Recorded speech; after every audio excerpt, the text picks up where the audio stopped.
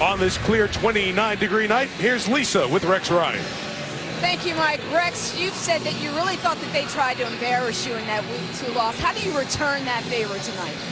Well, we're just going to go out and give them everything we have tonight. We know we're a better football team than we were in Week 2, and in a few minutes and later tonight, we're going to find out how much better. Tom Brady threw for 466 yards against you, the most any quarterback ever has against one of your defenses.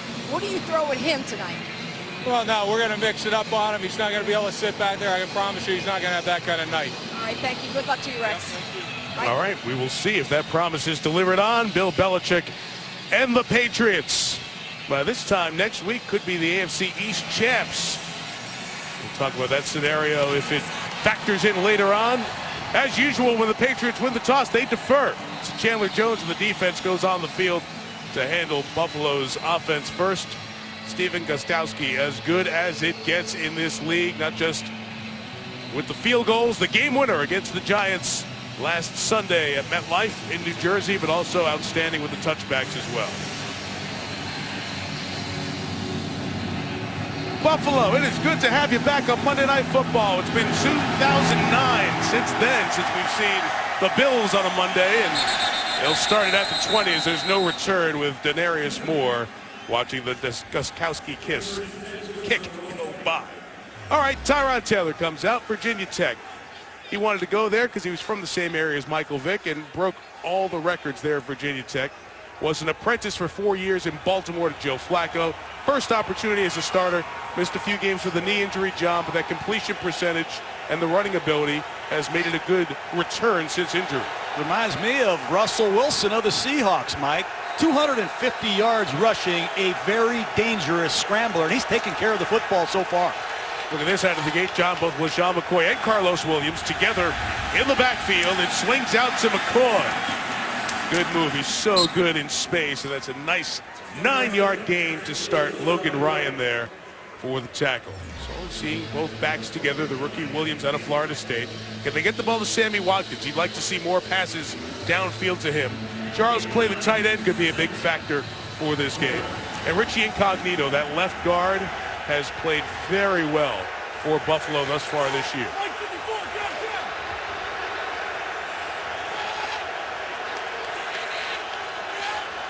Nine on the first play. Jerome Felton, the fullback, tries to lead McCoy, but Gerard Mayo, whose playing time has diminished of late, might see a lot of him tonight in a game where Buffalo looks to run the ball, John. Mayo had a bad injury last year. He is back. Number 51, left side of your screen. You have to set the edge against these Buffalo Bills sweep plays. That time Felton, number 42, the fullback, missed at the point of attack. 3rd and 5. Mayo had only played 49 snaps the last 3 games. But in there, Jamie Collins, a linebacker, still out for New England, 3rd straight week. McCoy's up at the top of the screen, and the linebacker Hightower goes with him on 3rd and 5. Taylor pressured, hit, and it's incomplete. Malcolm Brown, the real rising rookie, came up the gut along with Dominique Easley to put the pressure on. And so did Tavon Wilson, backup safety man, on a twist. It's an inside blitz, and they punish. Tyrod Taylor, great start for this New England defense, and Buffalo continues to have a lot of 3-and-outs with their offense. Easley gets the credit for the pressure there, not Brown. Here is the punt, first time tonight for Colton Schmidt of the Bills, and is caught at the 27-yard line. And Amendola's return only to the 34, and a good special teams player, Marcus Easley, is down for the Bills. And immediately the Buffalo athletic training staff is out there to look at Easley. As you see the Bills concerned for their injured player. The Patriots brought that offense out with Tom Brady, but they'll wait a moment as they look at Easley.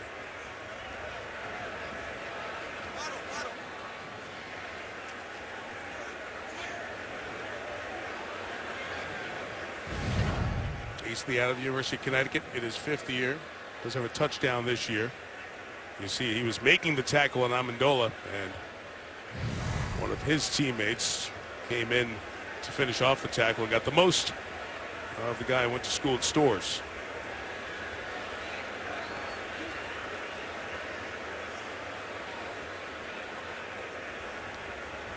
We always talk about Matthew Slater, outstanding special teamer for the Patriots, easily as a core special teamer and such a key man to Buffalo.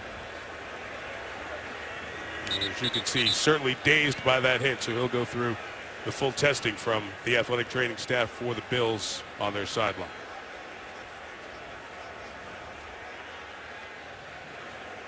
So here comes Tom Brady and the Patriots as they huddle. They'll start it at their own 34-yard line.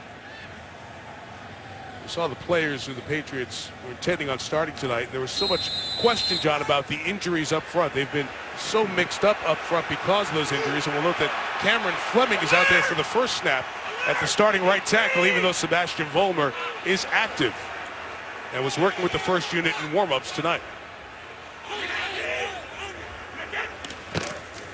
First play, it will be a run, and Blunt will gain only a yard, 35-yard line. He'll be stopped in the early going. You alluded to this in the pregame as this offense morphs a little bit. We're going to see a lot more of LeGarrette Blunt as the weather gets cold. Yes, and you're going to see a lot of up-tempo to try to regulate Rex Ryan and all the different defenses that he wants to run. 2nd and 8, first pass towards Gronkowski. It's caught for the first down. Ronald Darby over there on that side of the defense, and that'll move the chains. Brady, as Lisa alluded to when interviewing Rex Ryan, 466 yards. Whether Rex is a head coach or a defensive coordinator, most yards a quarterback has thrown for against one of his defenses. Rex Ryan!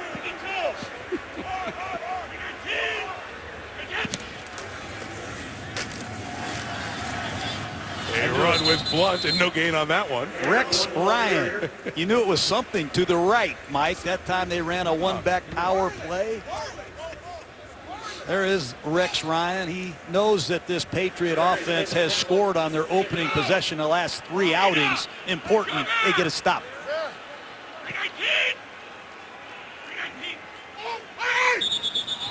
On 2nd and 9, the Bills thought they caught a little movement. Gene Steratore, our referee tonight. Ball start. Offense number 60. 5-yard penalty. Still 2nd down. Let's show you the folks on that Buffalo defense. Jerry Hughes had a very productive start to his season. Mario Williams, only 3 sacks so far. It's a guy with 94 in his career. Manny Lawson, Preston Brown, Nigel Bradham, the backers. Already called Ronald Darby having an excellent rookie season on the corner, and you are very high on Stephon Gilmore, the other corner. Like him a lot. He's going to be a rich man. He's a free agent playing for a big contract.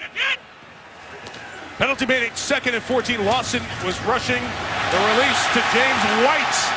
He'll be a yard shy of the first down, tackled by Bakari Rambo in that secondary. Let's make it 2 yards shy of the first down. Going to be a screen pass to your left. They bluff the rusher and James White. Important that he steps up and fills a big set of shoes that Dion Lewis left behind. They've had a lot of success over the years with Kevin Faulk, Shane Vereen. Lewis was spectacular, and they need White in a big way. No Julian Edelman. Who's going to pick up the receiving slack? Perhaps Chris Harper will see more of a role. Undrafted rookie out of Cal is bottom of your screen. Spread out to 3rd and 2. Brady couldn't get the timeout, I don't think, before the movement by Marcus Cannon, the left tackle. Ball start. Offense number 61. 5-yard penalty. 3rd down.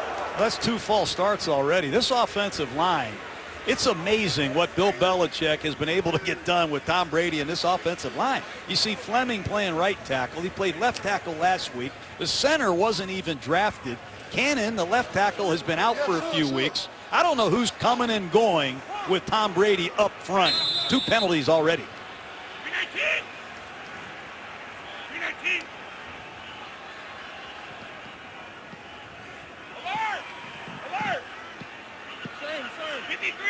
Mike Jack Will. There. 319. 3rd and 7. Bills bring pressure. Another flag is down off the hands of Gronkowski into the hands of Rambo. Bakari Rambo with the pick and some space across the 30 and down at the 24-yard line. Let's check the flag. Brady also took a hit and went down afterwards.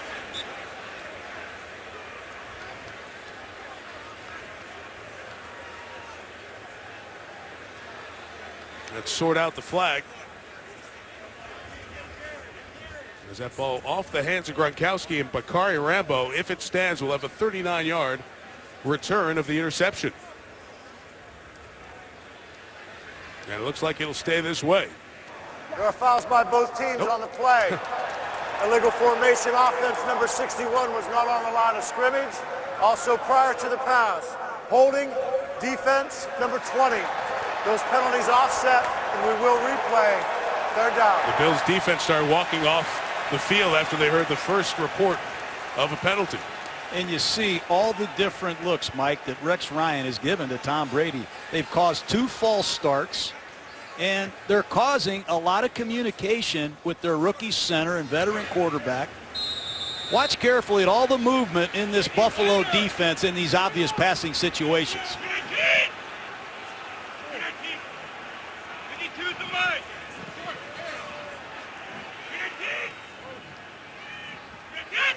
James White, the back, 3rd and 7, pressure right up the middle, and Brady got rid of it, complete for the first down to Amendola at the 40. It's a gain of 11. Corey Graham got there a second late. Hard to coach this. Brady stands right in there under intense pressure and throws a beautiful strike for a first down. Pocket toughness. And Brady has done it for a long time. That's impressive. As I said, John, on that interception before that was nullified with the offsetting penalties, Brady also took a really heavy shot. So the Bills are getting there early. LeGarrette Blount now the running back on first down. Virtually no gain as he is pulled down. It was Alex Carrington on the stop. This was after the interception. Brady took a step or two towards the play and then got hit by Nigel Bradham. That's right at the hairy edge of what should be a foul. They protect quarterbacks in that situation. If you're pursuing a tackle, you can be hit like that. Brady had only taken 1 step that way, so that was just on the edge with Bradham.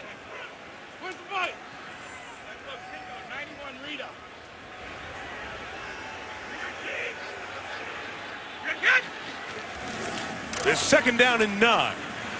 Now a lot of time for Brady, who directs and just throws it incomplete in the direction of Amendola. That time New England got into their 3 tight end set, Mike. 3 tight ends, 1 running back. That's a running formation. That time they lined up in a no-back set. Buffalo rushed 3, and there's nobody open. The Bills were asking from their sideline if that should have been intentional grounding. You saw where Amendola was. The ball bounced to him. Brady had moved to the left and was out of the tackle box. There is no foul for illegal contact defense as the quarterback was out of the pocket when the contact took place. It's an incomplete pass and will be 3rd down New England.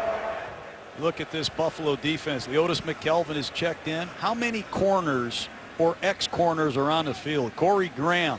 You see Darby, 28. Stephon Gilmore. There are a lot of different coverage people. Nickel Roby, number 37, to match up with these open formations the Patriots like to use.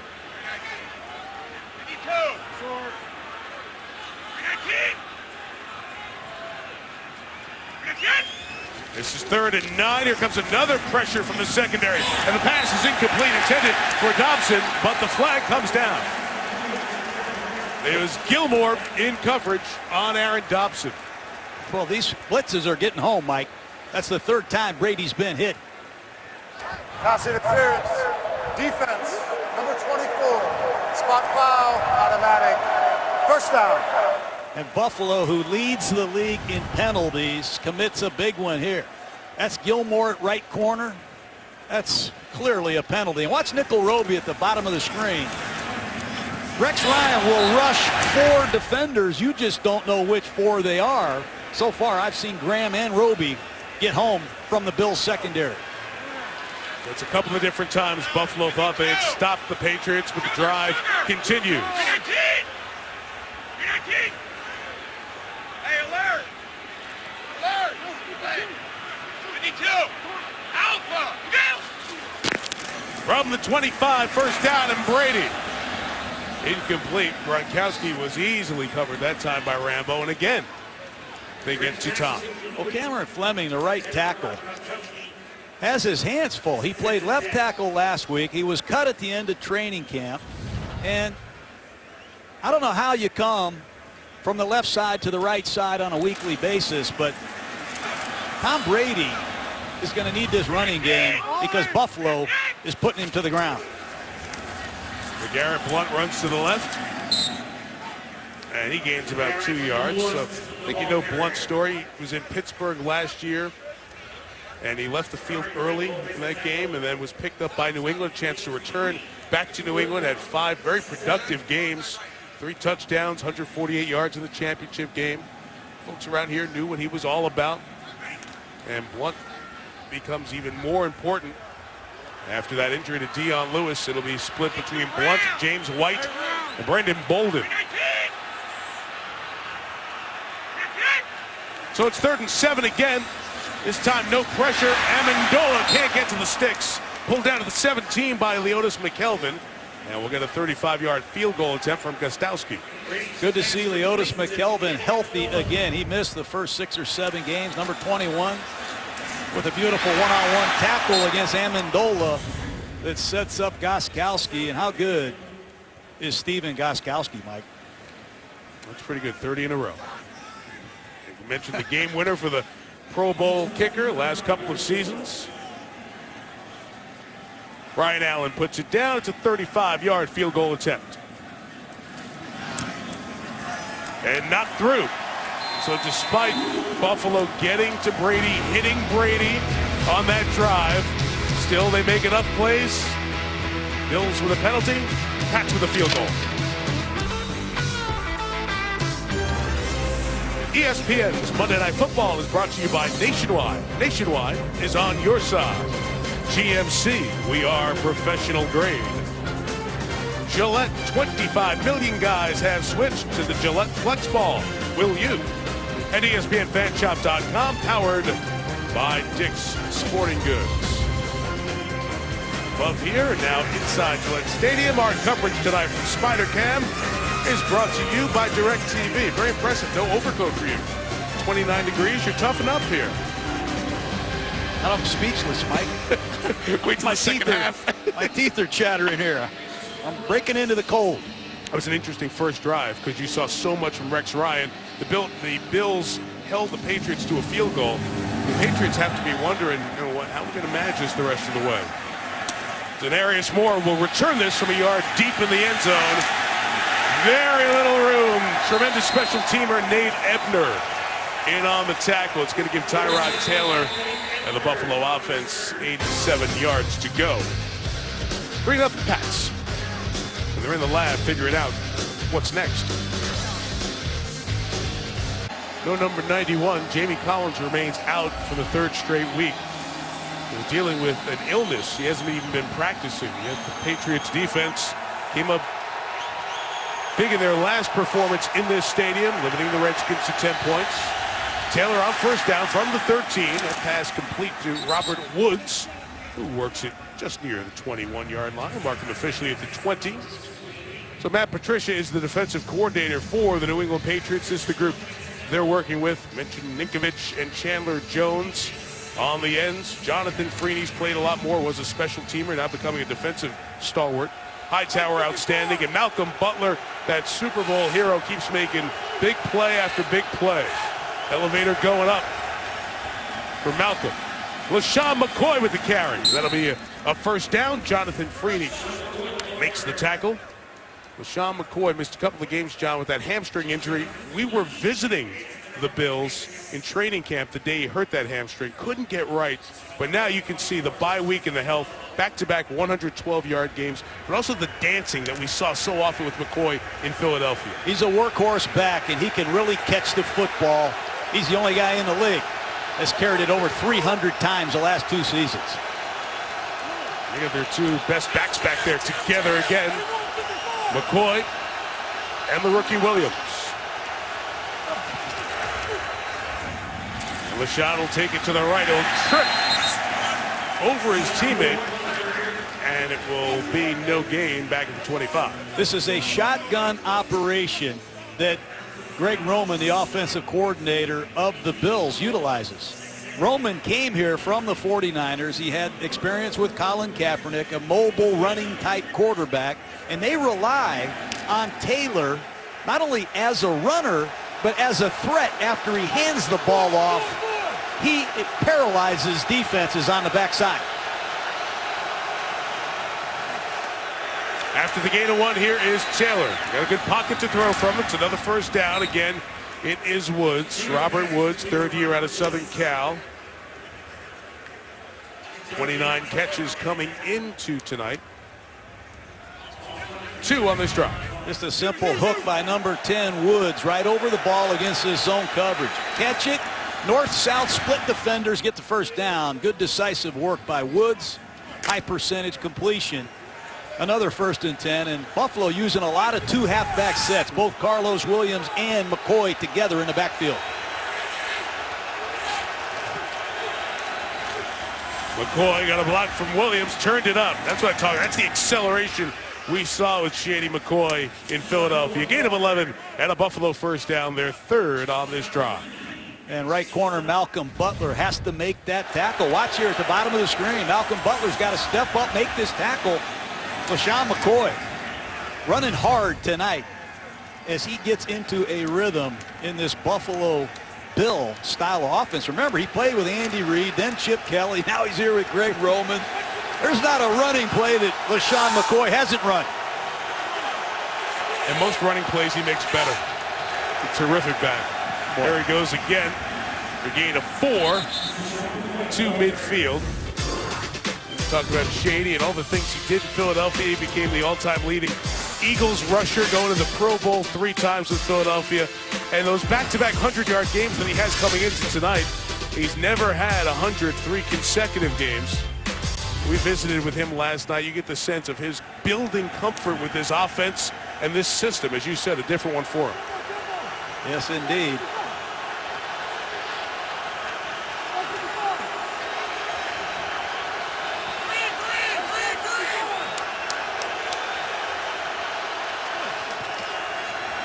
Second and 6, breather from McCoy. Williams will carry, and he will gain 3 yards. What is it that you like about Carlos Williams, John? He's big. He makes a lot of yards, Mike, and he scores touchdowns every time he plays. I think he scored a touchdown in every game of the year, but he's a completely different sized back. He's got good elusiveness, and he can catch a football as well. They've got 2 all-purpose backs that are talented, and clearly tonight they're using them both together. Missed 3 games with a concussion. That's why he's still sitting on that record. His first 6 games, this game 10 for the Bills. Chance to break that rookie mark set by Robert Edwards, who was, remember, Patriot fans, injured in that Beach Pro Bowl week accident. Taylor scrambling with the flag down. He's got the first down inside the 40.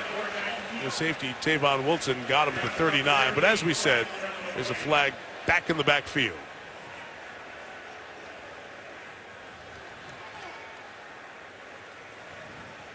Illegal formation. Offense number 66 was not on the line of scrimmage. 5-yard penalty replay. 3rd down. John, no flags in Buffalo. We've seen that shot a lot when you watch Bills games. That's ridiculous. Too late in this season, and Henderson's played too much football to not line up correctly on 3rd down.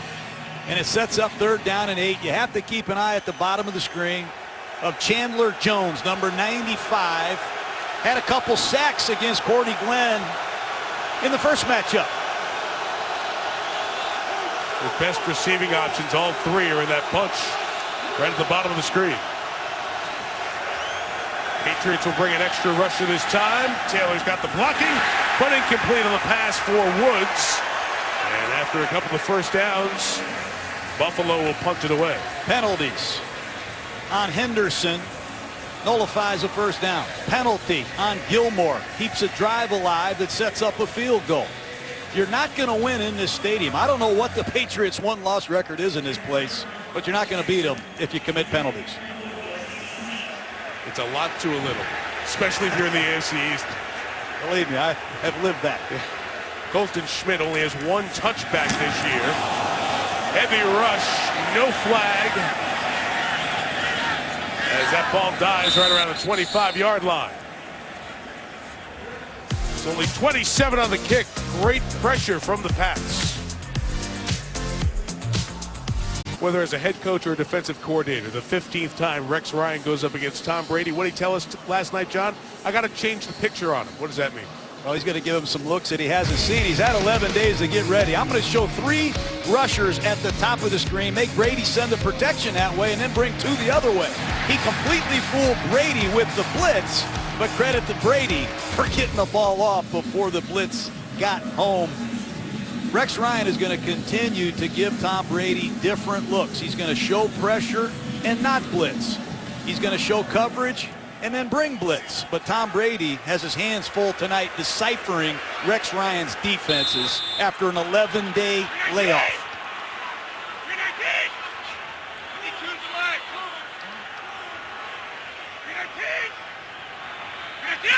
It's the second drive for Brady and the Patriots. And on the cross, a ton of room for Brandon LaFell into Buffalo territory. A first down and a gain of 28 yards. Well, you wanted somebody to step up for Julian Edelman. This is a bad defense by Buffalo. It's just a simple, shallow cross. Zone defense, no one covers it. Tom Brady. It just seems he can play with any linemen, any backs, and any receivers every year and get better. Astonishing.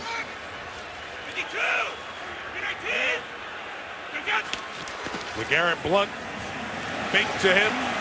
Brady the throw to the tight end, Scott Chandler. And we'll give him 3 yards on that. Player familiar to Bills fans. Scott spent the first 4 years of his career in Buffalo. And the Patriots changing personnel frequently. You see Dobson, Amendola check back into the game. They're using 3 tight ends. They come back with 3 receivers. And Rex Ryan has to counter with multiple secondary people. Here comes Brady.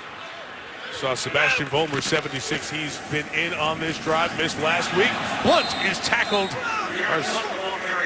Good internal pressure from Marcel Darius for the Bills for the loss. Pro Bowl player. And Darius at the top of the screen rejects this cutback run by LeGarrette Blount. So far, Buffalo has shut down the Patriot running game. And it's 3rd and long. Another blitz disguise.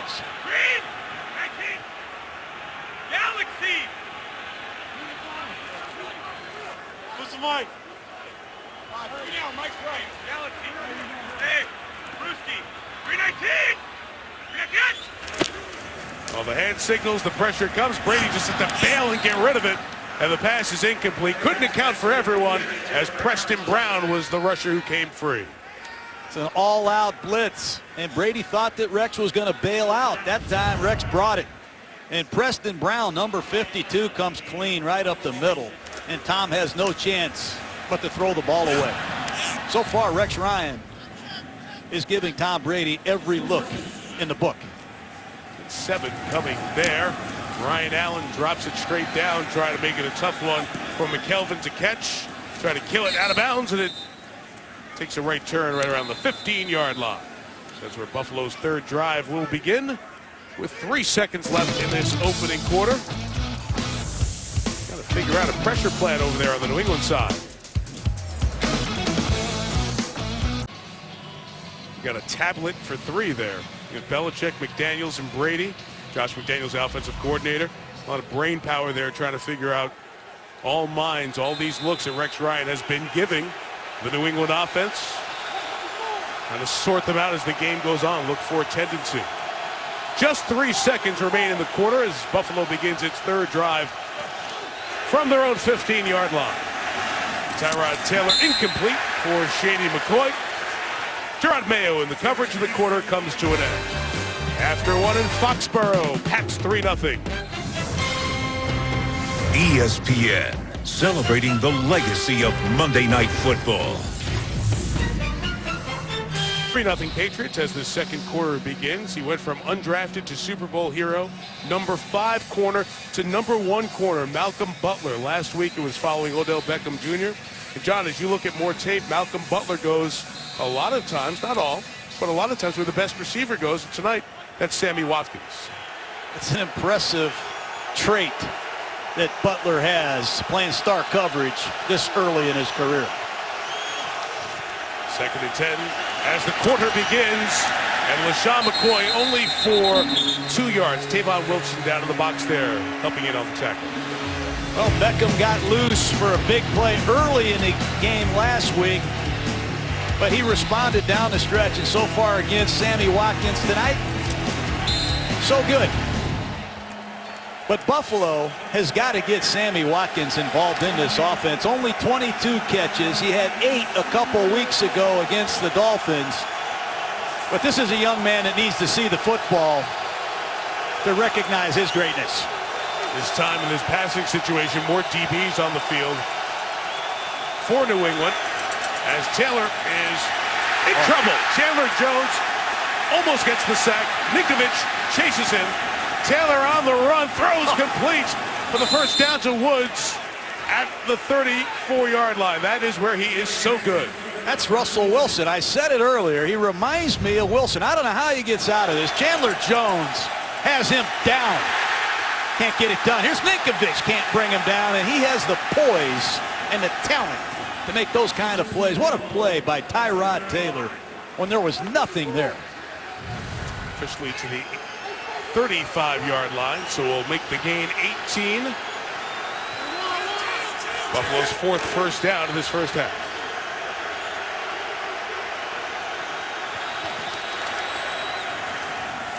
Be a give. McCoy accelerates, and LaShawn McCoy tackled by Jonathan Freeney. The gain 6 yards there. Well, we talked about Russell Wilson. You mentioned him, John. He and Tyrod Taylor went head-to-head a couple of times. In 2010, when Carolina State, led by Wilson, with a good edge one back from the Hokies, led by the quarterback who set the Virginia Tech records. Tyrod Taylor walked out of there with a victory in that head-to-head meeting. And Taylor's been sitting around for 4 years on the bench as a backup, but getting that starting opportunity this year after moving from Baltimore here to Buffalo. But he's missing his rookie right guard for the moment. John Miller, the 3rd-round pick out of Louisville, injured on that last play. Bills athletic training staff out to look at him. Monday Night Football is brought to you by Burger King. Now get 10 chicken nuggets only at BK. Toyota, let's go places. And NFL.com/now. Watch what's trending in the NFL with the all-new NFL Now. You're seeing some pictures of Joe Cardona, the Patriots rookie long snapper, who also has a job during the week beyond the Pats. Naval Prep Academy in Newport, Rhode Island. Of course, he finished up at the Naval Academy, was a 5th-round pick by the Patriots. Very unique circumstance. When he's not working here, he's working there, honoring his service commitment. Joe Cardona has done a very good job. Of course, the ties with Bill Belichick and his naval background. Cardona drafted and in the league. Well, concern for the Buffalo Bills as John Miller has been lifted onto the cart, and classy the Patriots players as well, as they've gone over along with the Bills. For Miller, I'll show you how this 3rd-round pick from Louisville got injured. There he is, 76. His leg gets whipped there. The leg whip from Hightower. And he was in a great deal of pain as he was down, and they took off that shoe. So the Bills lose one of their starting offensive linemen, John, and Craig Urbick comes into the game in the interior. It's a big loss. I think general manager Doug Whaley did a great job with his draft choices. They didn't have a 1st-round pick. They got Ron Darby in the 2nd round. He's been a very good corner. Carlos Williams has been a good back, and John Miller has been a starter at right guard. Keep an eye on Urbick at right guard. When I've seen him play, he has struggled this season. Let's see if New England tries to exploit that. He's been around Buffalo for a long time with starting experience. This is Taylor. His pass is caught by McCoy right near midfield, and Taylor was getting hit as he threw. Right off that right side, Jabal Sheard, the ex-Cleveland Brown, right in Tyrod Taylor's face. Chantrell Henderson at right tackle, struggling. And Tyrod Taylor showing me something tonight. Scrambling, standing in the pocket, and doing a lot at the line of scrimmage with this Buffalo Bill offense. Audibling, here he goes again.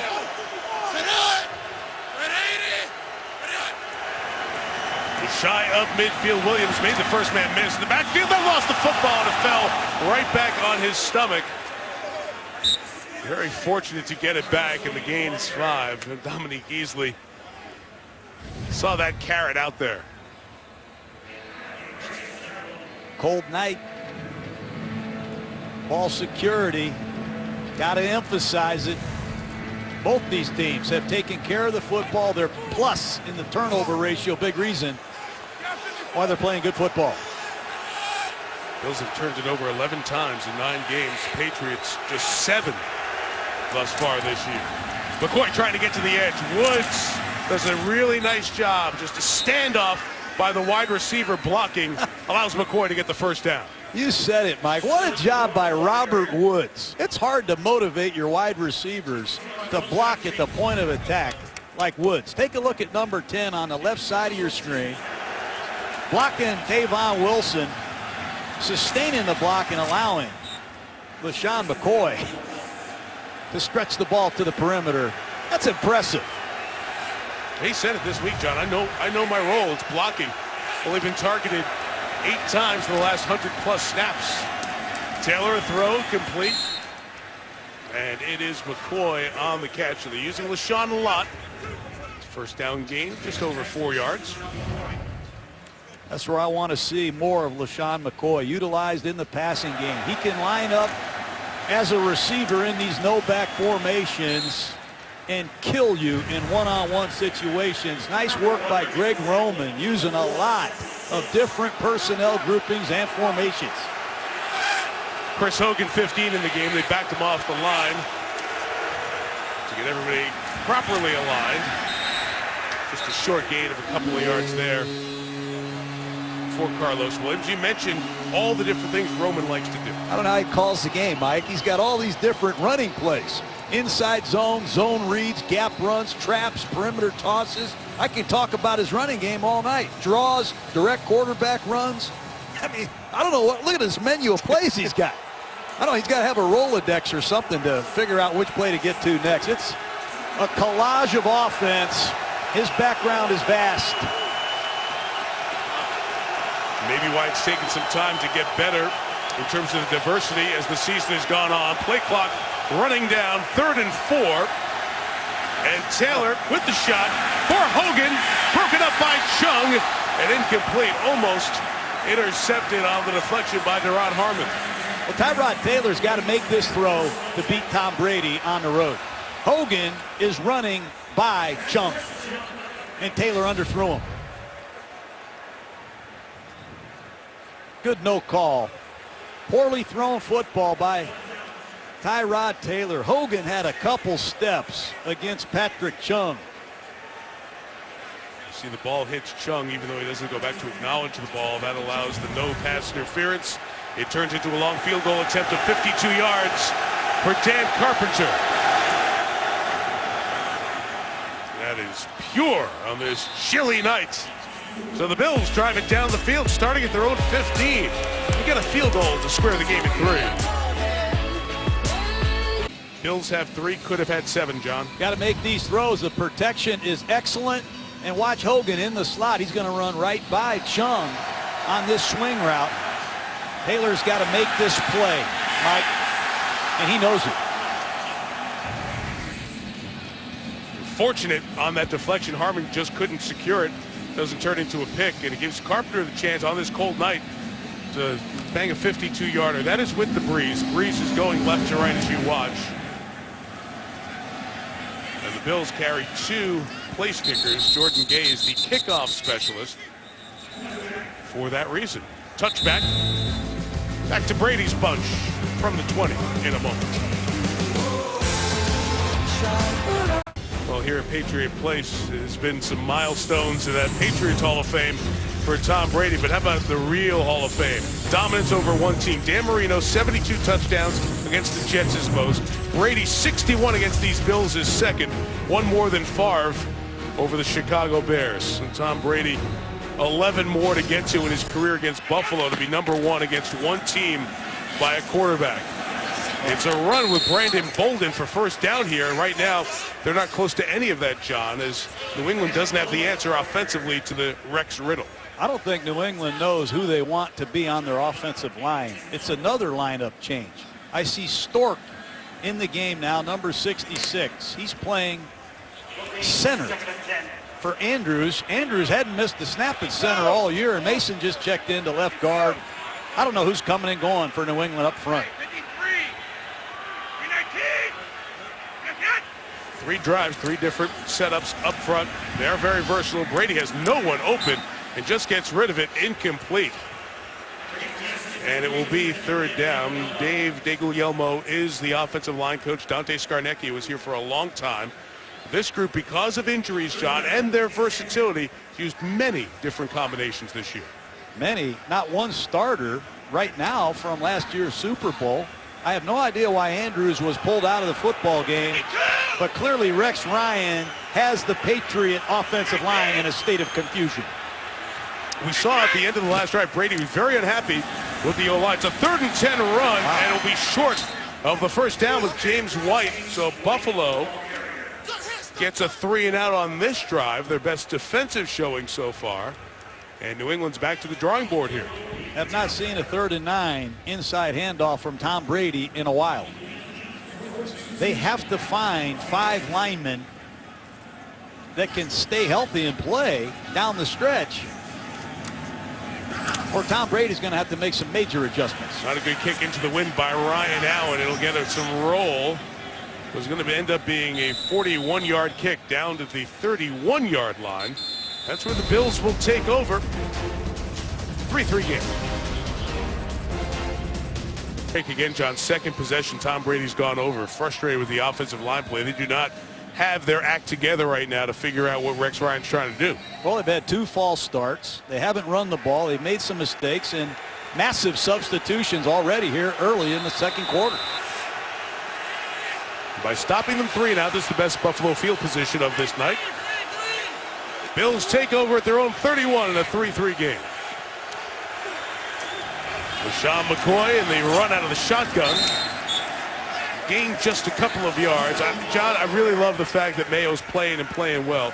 I mentioned earlier the dwindling snaps, under 50 in the last 3 games total. But this is a veteran who's been a captain here who knows when it's my time to play my role, I'm going to play it to my best. And you got to tip your hat to a veteran player who has helped Freeney, his replacement, learn his defense. 5 years in a row he had over 100 tackles, and he's responsible for helping number 55 Freeney find his niche here in New England. What a team player. Charles Clay quiet so far. 85 the tight end, block Hightower, but Hightower pops off that block, minimizes the McCoy gain, and we'll have 3rd down coming up. A lot of specialization in this Patriot defense. They use a lot of different personnel, different defensive tackles. Number 72, Akeem Hicks, the ex-New Orleans Saint, acquired in a trade. He's a run stuffer. And on 3rd down, they bring in their 1st-round picks. Easily, number 99, Malcolm Brown, number 90. They use a lot of different bodies creatively to do what they do best. And Chandler Jones, who started this week atop the league list, 10.5 sacks. He's dropping in coverage here as Taylor on the run throws incomplete. Tried to get it to Robert Woods again. Hightower was putting on the heat. Logan Ryan had the coverage, and it's punting time. I like Logan Ryan, the ex-Rutgers performer. He leads the Patriots with 4 interceptions, Mike. He quietly has come around. I thought New England would be in trouble without Revis and Browner, but man, if these young corners stepped up for Bill Belichick. When at Colton Schmidt's back, another good rush on him. He gets this one away. Sending Amendola back after the 60-yard kick, and from the 6 he returns it only to the 13-yard line. Duke Williams, the safety, on the tackle.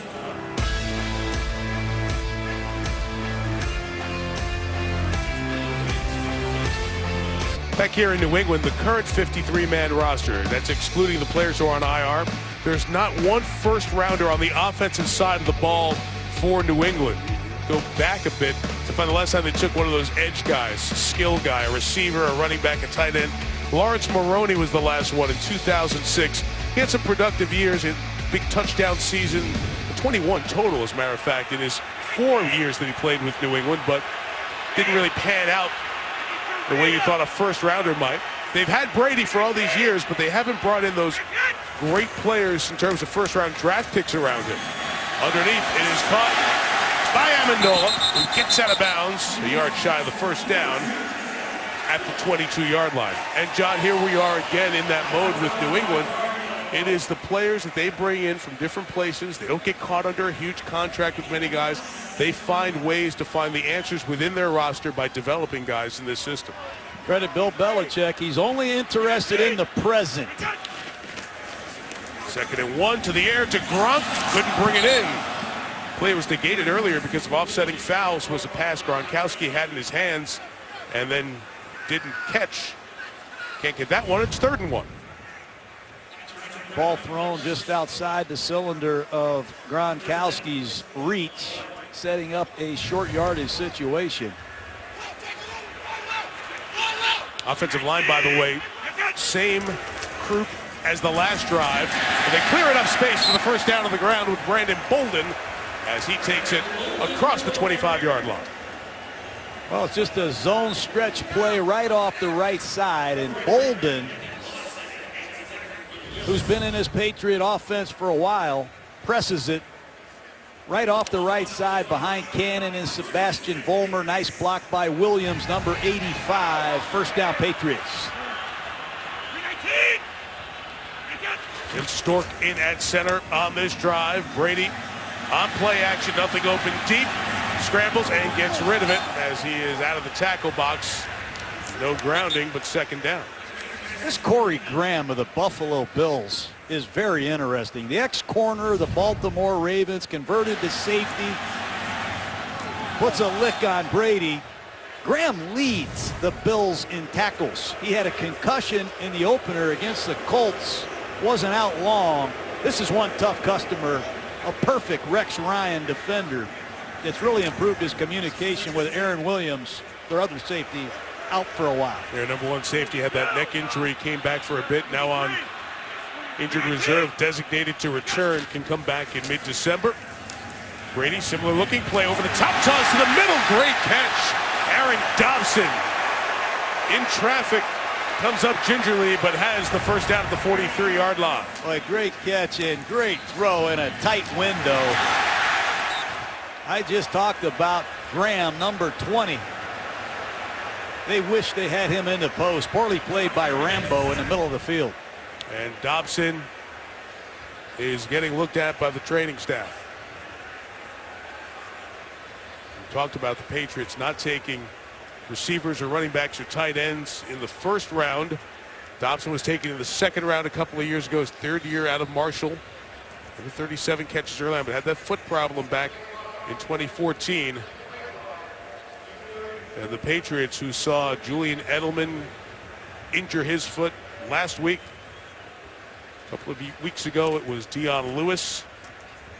Now see Dobson come off slowly.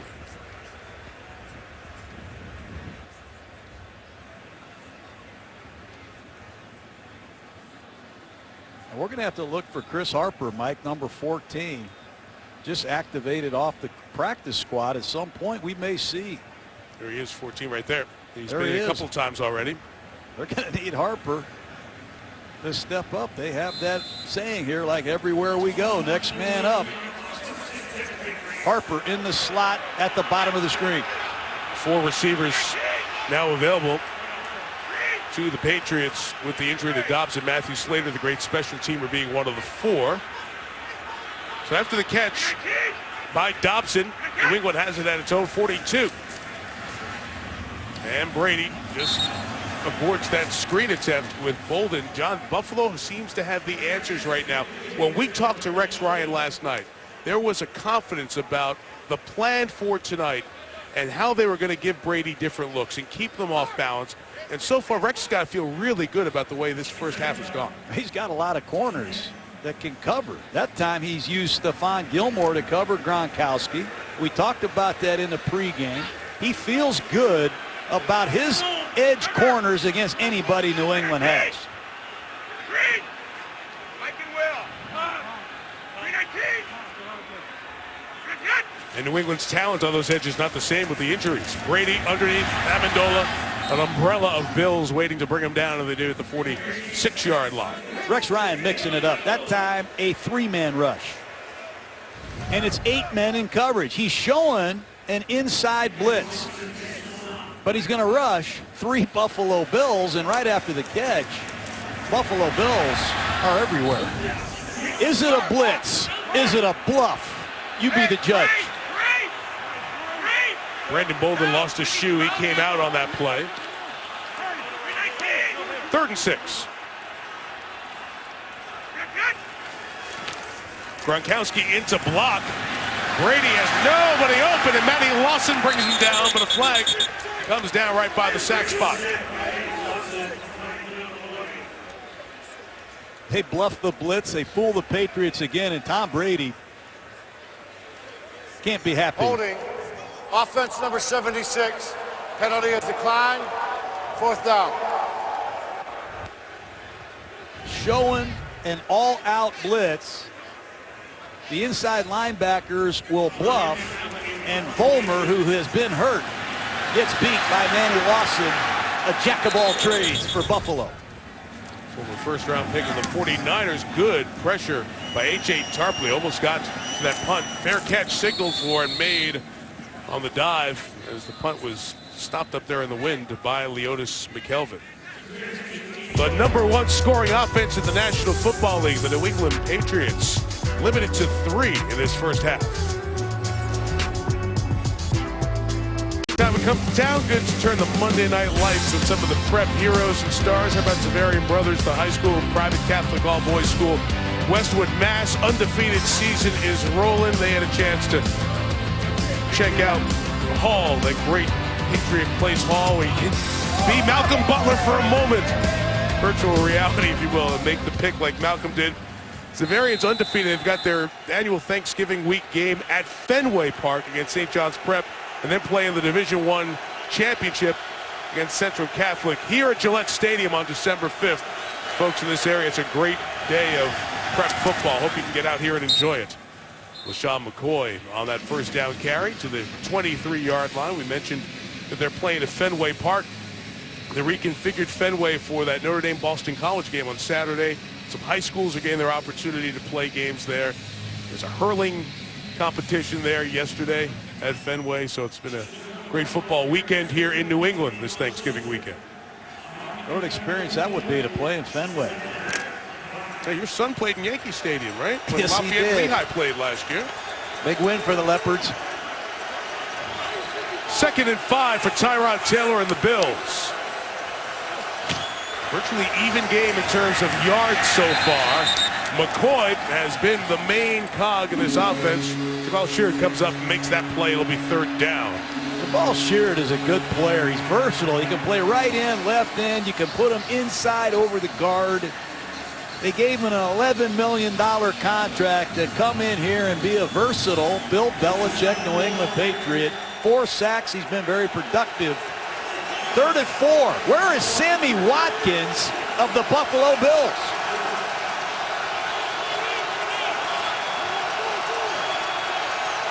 Top of the screen in this 4-wide setup is Watkins. Taylor. Wide open Hogan. That time he catches it into Bills territory, into Pat's territory at the 45-yard line. Somebody blew a coverage. No one covered Hogan. Second time he's been behind the Patriots secondary. This time Taylor didn't miss him. 31 yards on the grab by Chris Hogan, and the Bills driving at the 2-minute warning. 3-3. The Patriots have scored in every quarter this season since the first quarter of the first game against Pittsburgh. That streak in jeopardy. Now Bill Belichick and this Patriots defense trying to find a way to stop Buffalo. Last time the drive started at the 15. They walked it down, able to get a field goal to tie the game. This drive Starting at the 18-yard line with Buffalo's opportunity to maybe take a halftime lead going in. Tyrod Taylor on first down, second consecutive catch for Hogan. This one's a gain of 9 after the big one of 31 a moment ago. Well, Malcolm Butler blew a coverage. When you have deep third, you have to play deep third.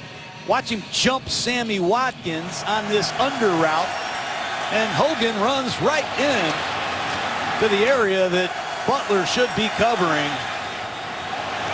Got to do your job. Didn't get it done that time. Minute 55, both teams full complement of timeouts here. At the end of the half, McCoy running to the left, going to get the first down. Logan Ryan over there to finally push him out of bounds.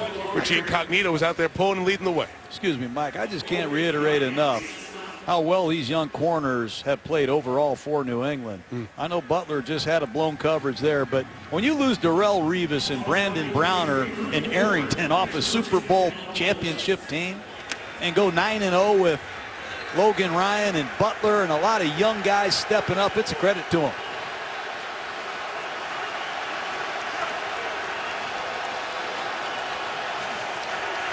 First and 10. And Taylor with a lot of time sings it over the middle, complete for the first down. No, Woods, no, it's going to be incomplete. It was Tavon Wilson with the hit that jarred it from Woods. Big hit by Wilson. That's what you have to do in the middle of the field. Playing zone coverage, you key the quarterback, you read his eyes, and when that ball leaves his hands, you break on it. Nice job separating Woods from the football.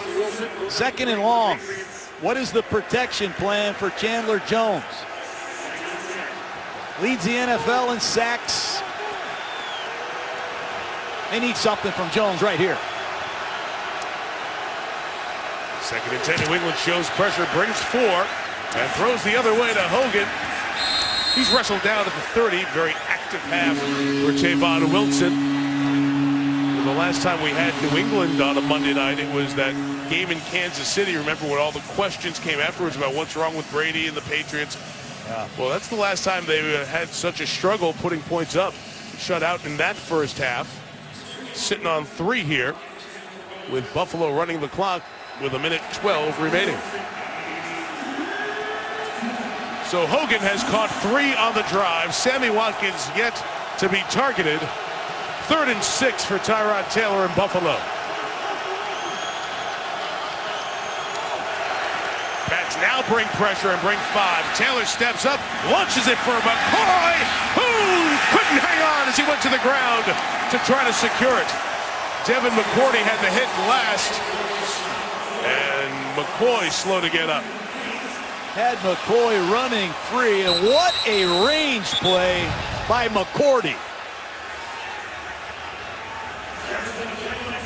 Devin McCourty from his free safety position took the perfect angle to break up this pass. You can't play it any better than McCourty just played that.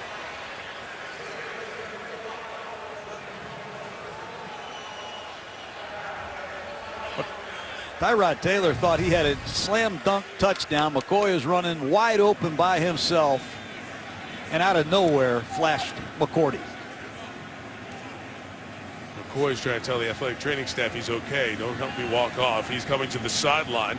Meantime, with the wind at his back, it's a wind that's around 10 miles per hour as it picks up. But certainly with the wind, Carpenter will try a 48-yard field goal for the go-ahead. He made one from 52 going in this direction earlier in this half. Garrison Sanborn snaps it to Colton Schmidt. Off the upright. And no good. And Brady's in business with good field position.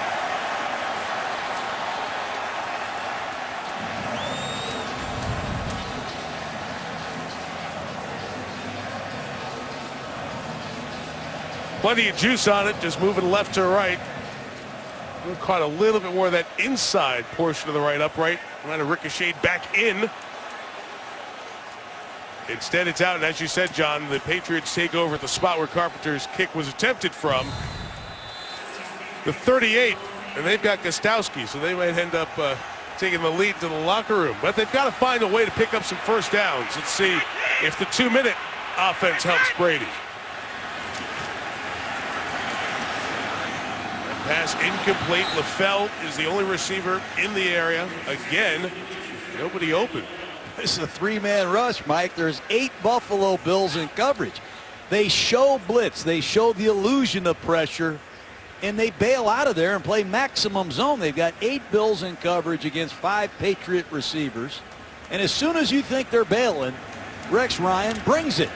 And so far, Brady has had no success deciphering if it is or isn't.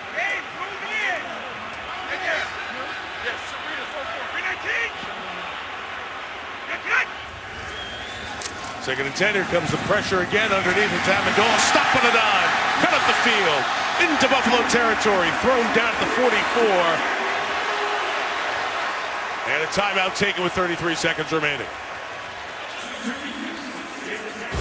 That's in good shape after that play to Danny Amendola of 18. We've got the Toyota halftime coming up in a moment. Boomer's final drive will include a look at the top 2 teams in the NFC. We'll get Chris Mortensen and Adam Schefter's insider updates. It will include an update on Peyton Manning and the latest with his foot injury. The guys are on that. Of course, next week, the Patriots will play the Bills. Or will play the Broncos, I should say. And this Patriots-Bills game looked like it was going to be one of 2 back-to-back primetime games, a precursor for Manning-Brady number 17 in their meetings all time. But with the announcement from Denver that it'll be Brock Osweiler again this week for the Broncos, it will be Brady Osweiler 1 instead. From the 44. Final half minute. Here comes late pressure to Brady. Throws in the middle. It's held onto by Brandon LaFell at the 21-yard line. What a great catch by LaFell. Another 3-man rush. And New England in field goal position. Second timeout taken by the Patriots. 27 seconds to go. Just as we came back, Gene Steratore announced that the previous play is under review. New England was the team that took the timeout. And again, last 2 minutes, all reviews initiated from upstairs in the booth. We'll take a look.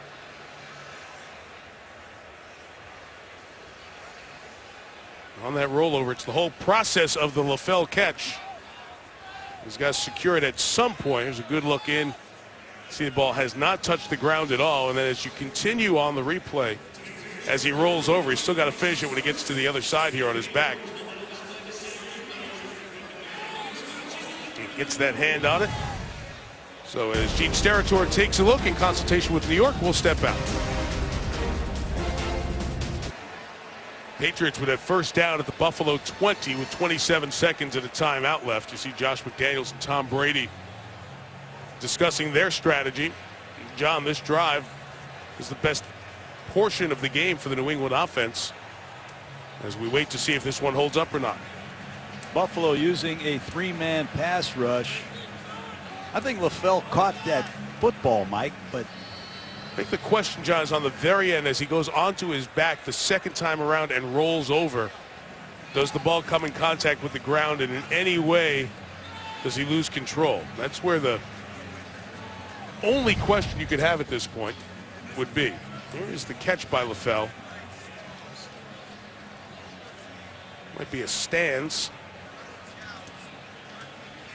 And Gene Steratore has the ruling. After review, the ruling on the field stands. It is a completed pass. First down, New England. He got on his back, and as he rolled over, the ball does come in contact with the ground. It's so hard to tell if his hand came off and looking in from both sides. So it'll stand, and it's at the 20 for the Patriots in first down. I'll be shocked if Rex Ryan doesn't blitz here. He's used a 3-man rush. Tom Brady has a couple completions. He's had plenty of time to think about which blitz to call. Expect heat. Interesting here, really using the width of the field as the motion comes to bring White into the backfield. Easy. I want 53 and 52. 319.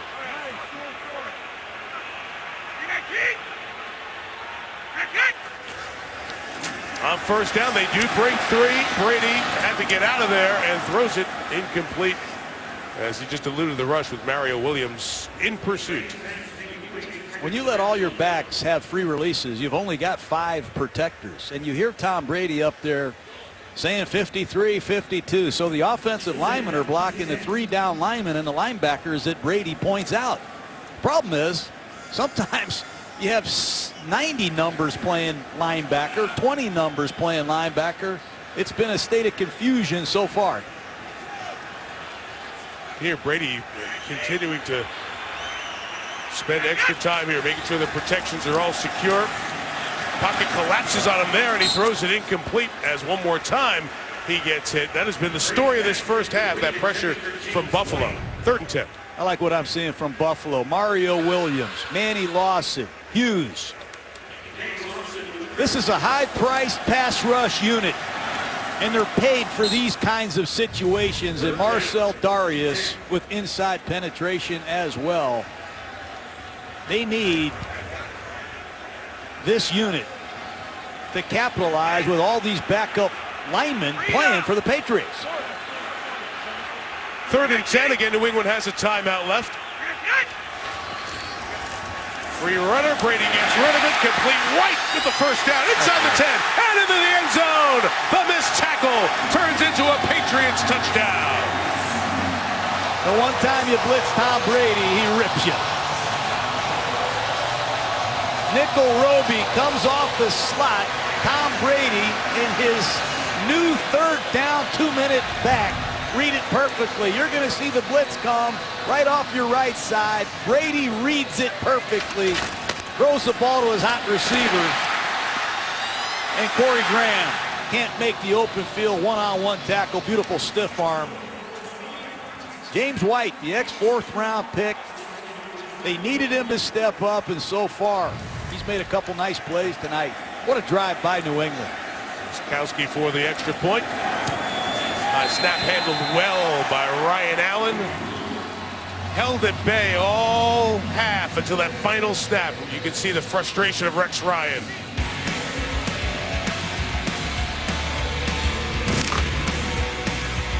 I feel like you've seen this movie so many times.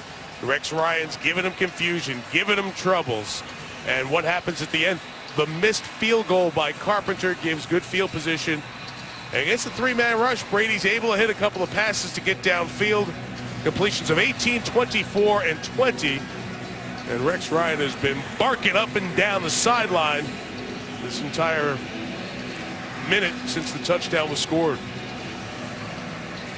For James White, 2nd year out of Wisconsin, first time in the end zone in his NFL career. Bouncing ball is hopped on by Buffalo's Booby Dixon, who's knocked out of bounds with 8 seconds left. Well, Mike, when you blitz, somebody has to cover the back. I don't know if Rex is upset with Corey Graham for not getting down in coverage, or maybe Mario Williams is supposed to peel on White, but that's too much space for any kind of blitz to work. And Rex Ryan is not happy. It's either Graham or Mario Williams. Somebody didn't do what they're supposed to do. And you make a mistake against Tom Brady, that's what happens. You throw your headsets. You don't go into the locker room in a good mood. I wouldn't want to be Lisa Salters having to interview him. I just point out, Gene Steratore stopped that snap from happening because Matthew Slater, the special teams Pro Bowler for the Patriots, was hurt on that kickoff to start, or to end, I should say, the first half. The start of the second half, we'll see New England get the ball. And they scored before the half and get the ball. Always seems to work out the Patriot way. They're up 10-3. Here's Chris Berman with the Toyota halftime. Hi, Michael. Thank you very much. Very interesting half for, about 28 minutes of it. Buffalo's pressure getting to Brady. Tom was frustrated about what was going on. But then it turns on one play. Brady gets it to the 60th different man he's throwing a touchdown to, James White. And it's Rex, not suitable for lip reading again, and frustrated. It is 10-3, New England on top of Buffalo. Welcome back to Foxborough, halfway between Providence and Boston. Third quarter, Mike Tirico, John Gruden, Lisa Salters on this cold night. The numbers here at the break, really, they've gotten away from the running game on the New England side, John. 8 rushes for those 16 yards. pretty even. Look at the time possession way down there. I'm short enough I can get down there. Big advantage for Buffalo. However, the big play happens. Buffalo doesn't take care of the opportunity. As we look at our Zale extraordinary moments, it's Buffalo's inability to make an extraordinary thing happen that has them down 7 at the break. They've had plenty of opportunities, Mike. They're only 7 points down early in the game. They throw the ball to Gronkowski, and Rambo intercepts and returns it 40 yards, but it gets called back. They have Hogan wide open down the field. Tyrod Taylor underthrew it. Then they got McCoy wide open down the field, and Tyrod got hit as he threw it. McCourty broke it up, and right before the half, you miss a field goal, and Tom Brady gets great field position. You see the frustration in Rex Ryan. Someone blew a coverage. Graham or Mario Williams really upset him. He's got to regain his composure. They're 7 points down. They move the ball. Hard to get over, though. They had plenty of chances in that first half, Mike. If you're on the New England side, do you feel any better about what happened at the end of that drive? Because there was real frustration on that side for the whole first half. I feel really good. Getting some confidence. We pass protected better. Got to find a running game, and have to find 5 linemen that Tom Brady can count on the rest of this game and the season. Jordan Gay, the kickoff specialist, will kick it. No return coming from Patrick Chung. Here's Lisa Salters on those cold sidelines. Yeah, Mike, well, I was nervous heading into that walk-off conversation with Rex Ryan. He said, yeah, I'm upset, to say the least. He said, we missed that tackle that led to the touchdown. We missed chances for big plays. We should be up in this game, and now we're down. I said, how do you pull it together, regain your composure? He said, we've just got to move on and then come out and show what we're made of. I then asked him, how about how the defense has been confusing Tom Brady so far? And he said, hey, it doesn't matter if we're confusing him. We still got to tackle. Mike? That missed tackle and the missed pickup, as you said, John, in that coverage, allows the Patriots to score before the break, and they get the ball to start the second half. Why they defer and succeed so often. There's a flag down as Amendola slides down with a gain of a yard. Remember, Aaron Dobson hurt his ankle in the first half for New England.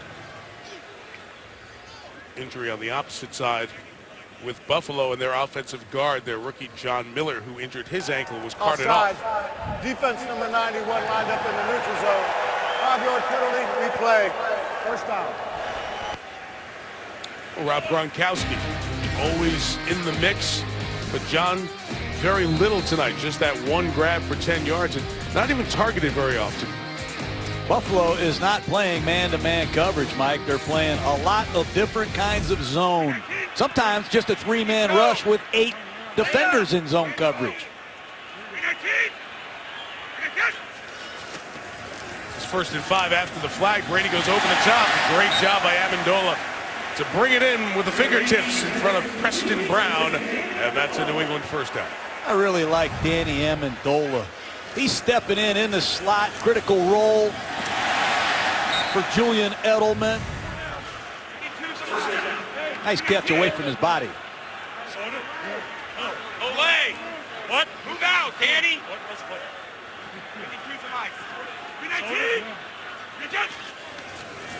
First down for the 31, right back to the air. Nothing open. Brady pressured by Hughes, got away, now throws it away.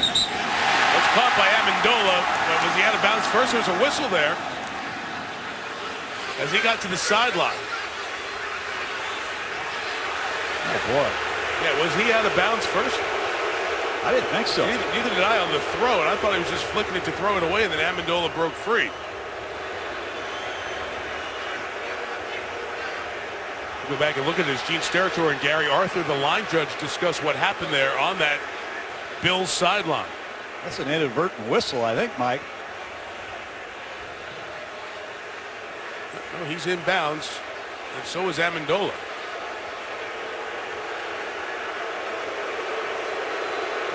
They're going to have to give Bill Belichick a good explanation on this one.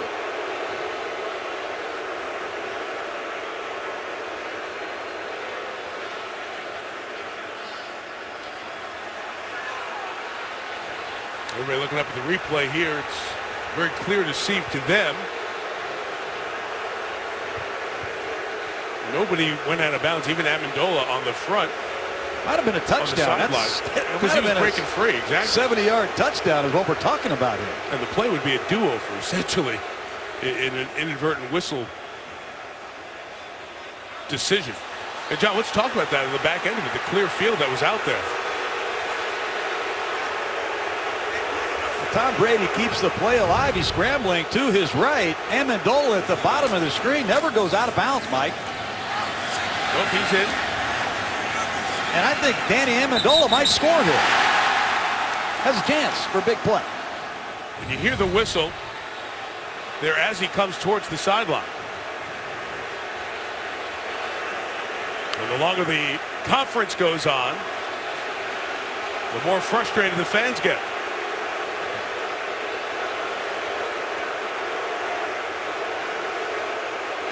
Here's Gene's territory. Ruling on the field is that when the receiver caught the football, there was an inadvertent whistle by an official on the field. By rule, the ball is dead at the spot of where the reception was made. That is where the receiver gained possession when the whistle was blown. There was also a foul for interference with the coach from the Buffalo sideline. That 15-yard penalty is going to be added to the 45-yard line as within the spot where the inadvertent whistle took place. It will be first down New England on the Buffalo 40. Belichick's telling everyone, stop booing because we want to jump this ball and go with the momentum here. You saw Rex Ryan. It may have been by the official who blew the inadvertent whistle. In any case, what could have been a touchdown does become a big gain for New England. And interesting what he said, as Jerry Austin's with us here in the booth, the two-time Super Bowl referee, that the ball's dead as the spot of the whistle was where the catch was made, because you couldn't presume that he was going to catch it if the whistle came before the grab. 14 on the pass, 15 on the penalty. First down for Brady. Play action, looking for a shot downfield. Breaking free, LaFell, and he couldn't get it to him. That pass incomplete, as Brady couldn't get it there because he was knocked down. We talk about that inadvertent whistle, and let's watch here as Rex Ryan's over there by the line judge. And Rex is on the white there, and that's why I guess the official said that he interfered with what he was trying to do, and he's the one who blew the inadvertent whistle. Let me bring in Jerry for your thoughts. The key thing is, when did the inadvertent whistle occur? If it occurred while the ball's in the air, it's a do-over play. They said it occurred after there was possession. And if that was the case, then interference by the coach is out of it because it's a dead ball. It's interesting. So you see the line judge on the left side by Rex Ryan puts the whistle up to his mouth. And the ball's still in the air. He blows it there while the ball is in the air. So the Patriots were wronged on the play. There's no doubt about that, because they should have had a huge gain, if not a touchdown. In any case, it's 3rd and 6.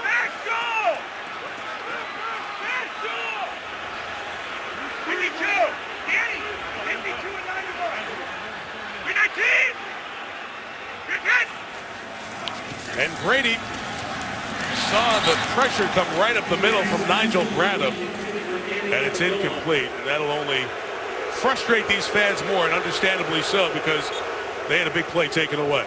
Hard to figure out which way to send your protection.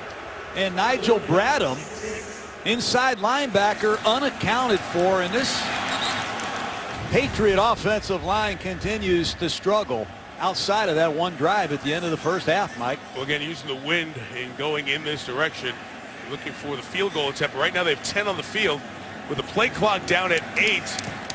And this is already a 54-yard attempt for Gostowski.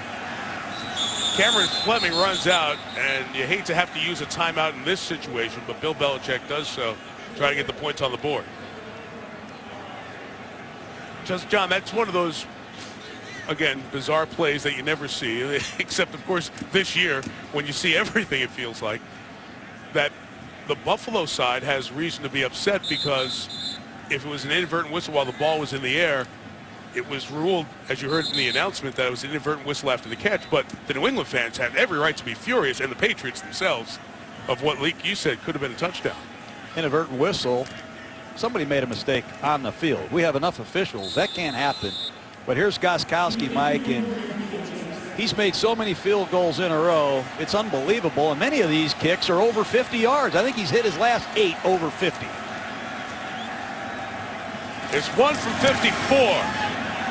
And that one, like Carpenter's, drifts to the right and is no good. So it remains 10-3.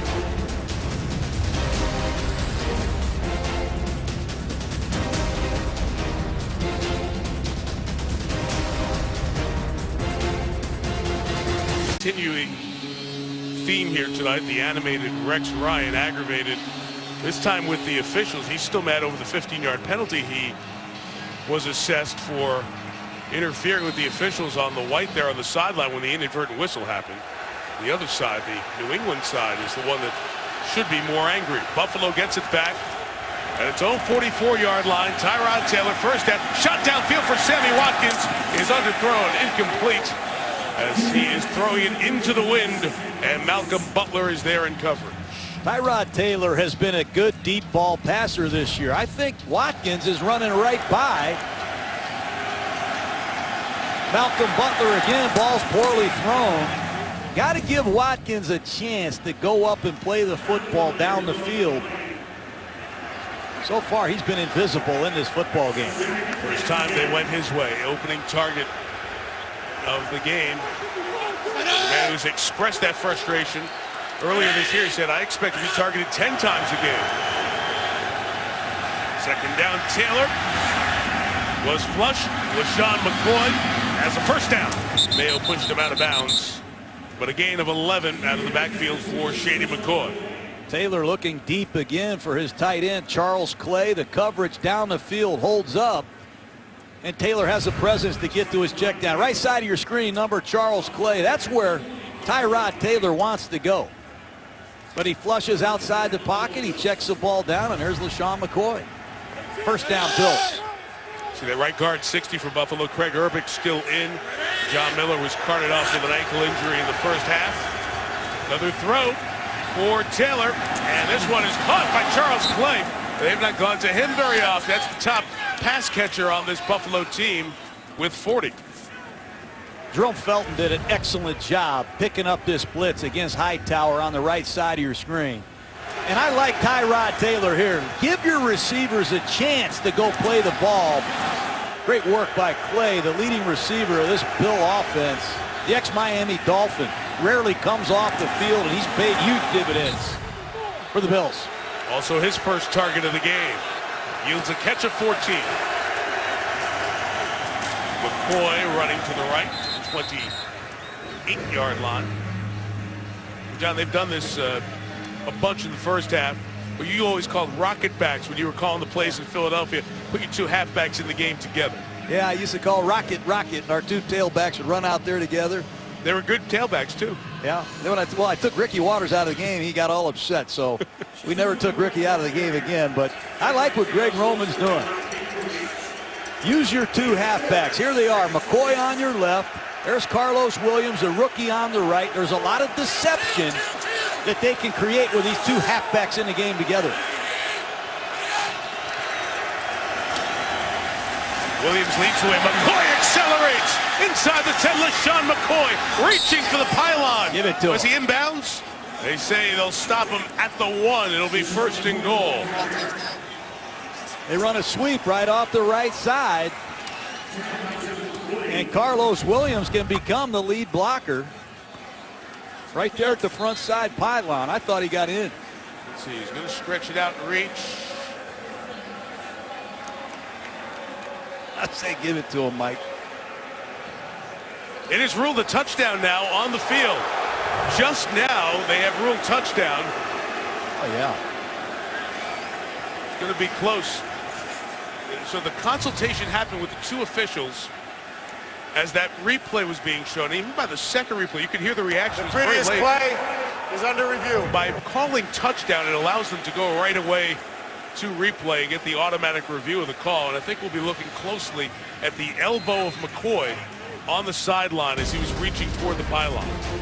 Ruled for the moment a Shady McCoy touchdown run of 27 yards.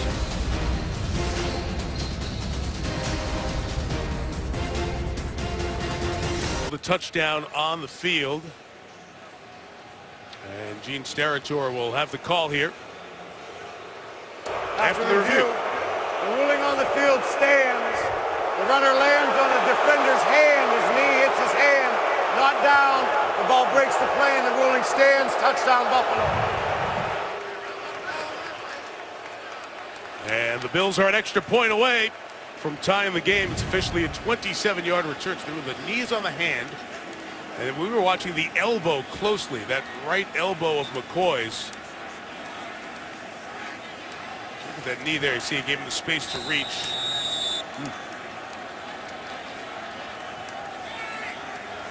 That's right when he's touching pylon cam, and the pylon itself, actually. So the touchdown stands, and Carpenter adds the extra point. So instead of the big play for New England, there could have been a touchdown to make it 17-3. That inadvertent whistle, it comes back the other way. The missed field goal by Gostowski, who had not missed a home field goal in 52 consecutive tries before that. And McCoy gets the 27-yard score on John, what I thought was a good drive by Buffalo to tie the game at 10-10. Got to credit Rex Ryan and the Bills for keeping their composure. A lot of adversity before the half. Everybody screaming, yelling. They come out here. They get a key stop after the inadvertent whistle, and Tyrod Taylor takes them right down the field. Buffalo is a quick strike offense, Mike. They don't score very often in the red zone. They come from outside the red zone with these big plays. Important now that New England can solve this Buffalo defense because they have hit Tom Brady 9 times already. And that's what Rex Ryan told us before the game. That was part of their story, to change the picture, to try to get to Brady. And give me an assessment of what you've seen here through the first 2 quarters plus. Well, Buffalo's not playing man-to-man tonight. They're playing a lot of zone and different kinds of zone. Some of it is zone pressure. And they have taken Rob Gronkowski out of the game. The Patriots have been unable to run the football. And I'm confused who's playing what position on this Patriot offensive line.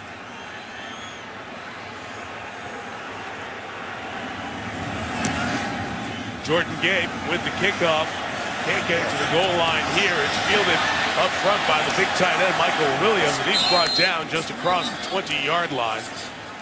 So it will be Tom Brady's ball there. Let's go back one more time, and you can listen for the whistle on that inadvertent whistle. As you saw the play, Rex Ryan didn't seem to get in the way of the line judge at that point, which is the 15-yard flag he complained about. Now let's listen.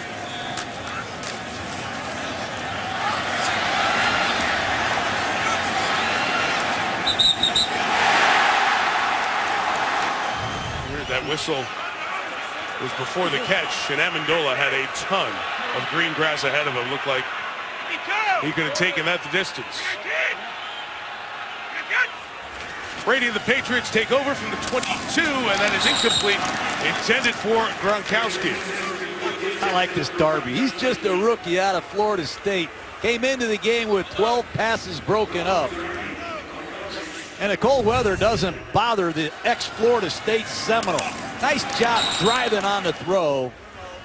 And again, Rob Gronkowski been awfully quiet tonight.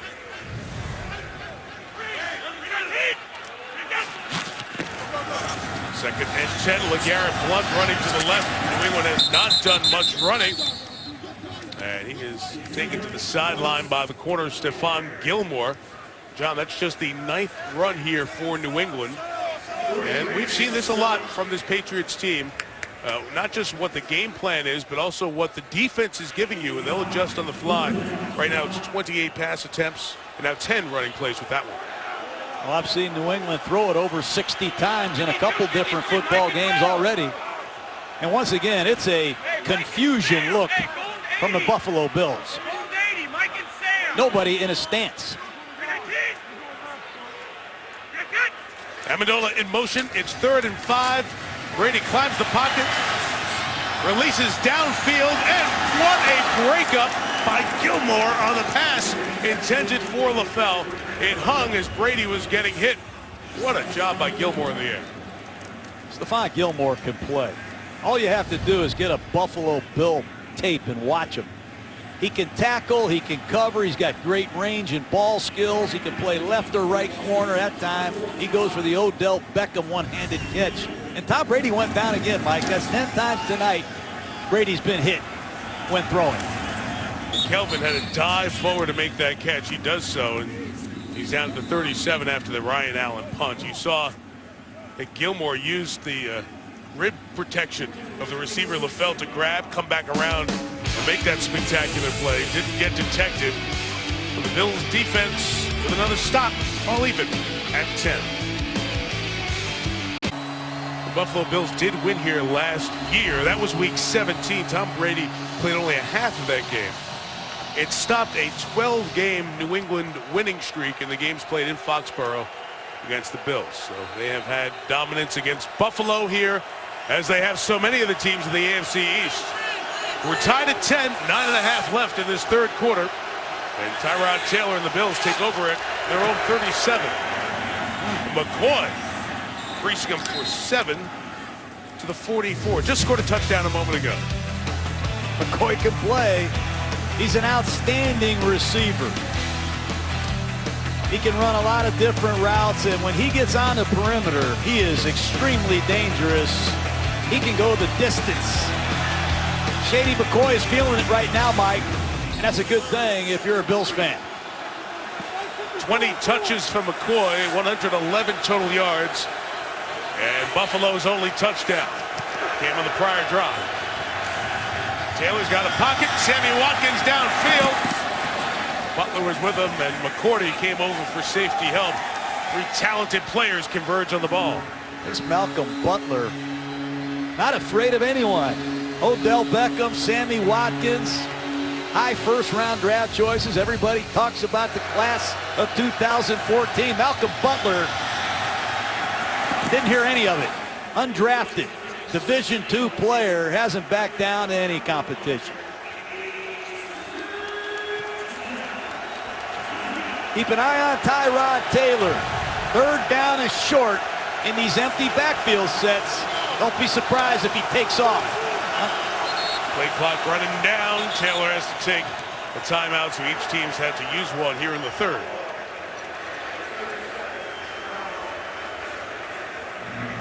.48 to go. John, we talked to Tyrod Taylor last night, and we covered him back in the Orange Bowl. Remember when he took Virginia Tech to the Orange Bowl? They played against Stanford. We talked to him about his head coach Frank Beamer, who's retiring in Blacksburg, said how he taught him so much about character and leadership and being great on and off the field. And so many of those Virginia Tech players over the year have shown some of those qualities. But this is a player, after his 4 years as an apprentice in Baltimore with a lot of good offensive minds around him, has really grasped his first opportunity to be an NFL starter.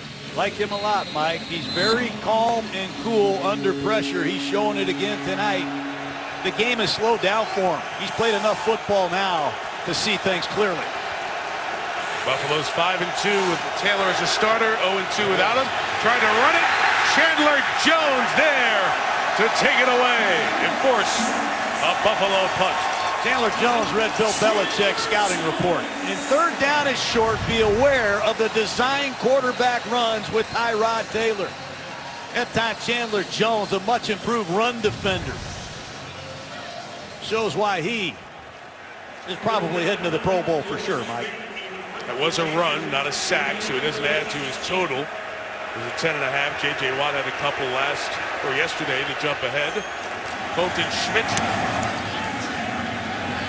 puts it up there high. Amendola at the 15. Big punt return against the Giants last week. Amendola brought it back 21 yards to the 36-yard line. Tavon Wilson, what a block to spring Amendola.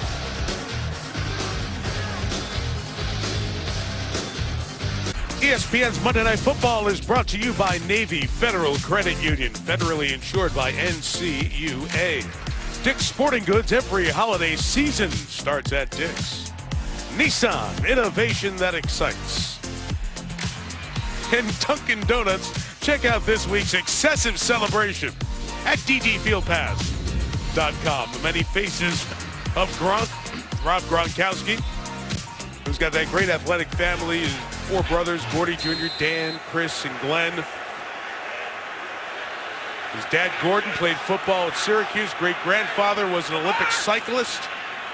And Western New York in his roots. From Williamsville High School just outside of Buffalo. Played his first 3 years of high school ball there. Big quiet tonight. Amendola over the middle has been the busy man. Is a yard shy of the first down at the 45-yard line, and the Bill is injured on the play. Man, is Amendola quick. What a beautiful release at the line of scrimmage. He stuck Manny Lawson outside, came back inside. Well done. Bakari Rambo is the injured Buffalo player. As Amendola caught it for the 8th time tonight.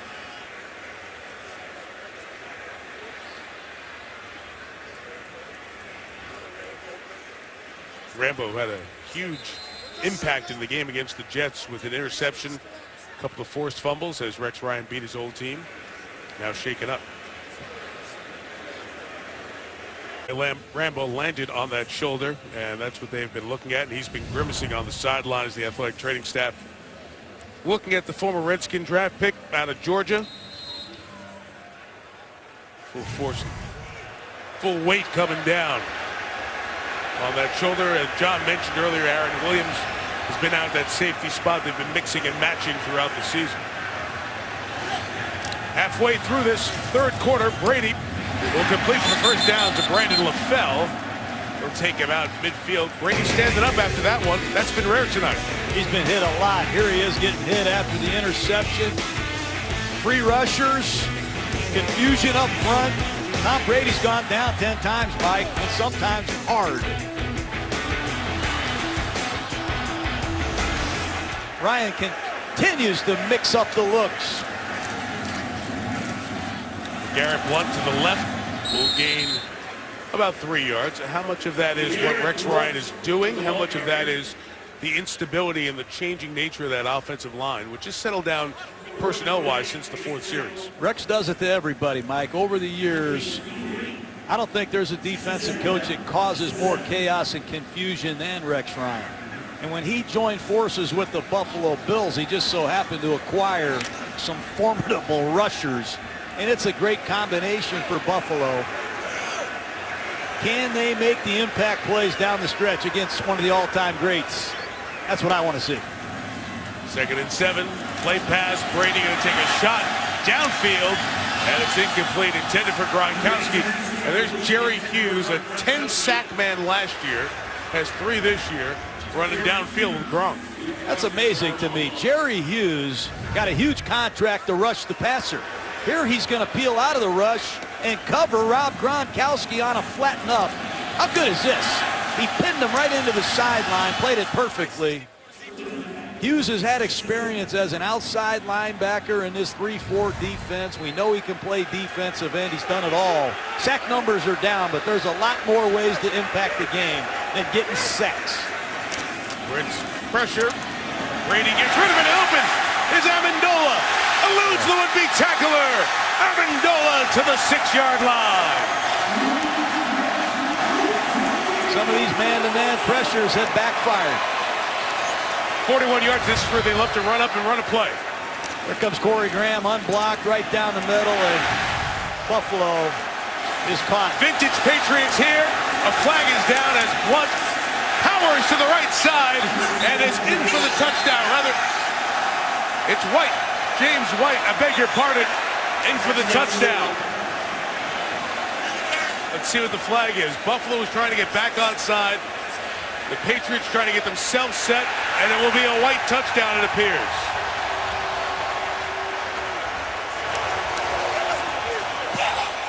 Tom Brady, you got to tip your hat to him. He's been knocked down 10 times.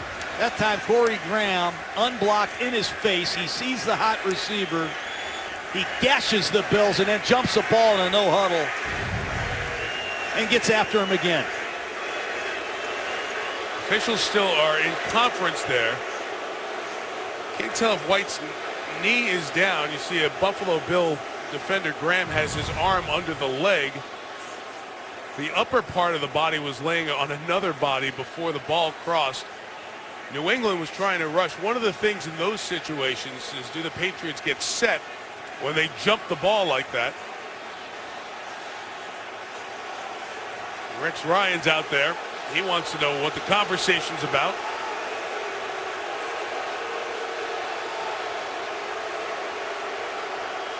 A lot of coaches complain that the Patriots aren't set when they jump the ball this quickly and run a play. Do they have 7 men on the line of scrimmage? Are they lined up legally?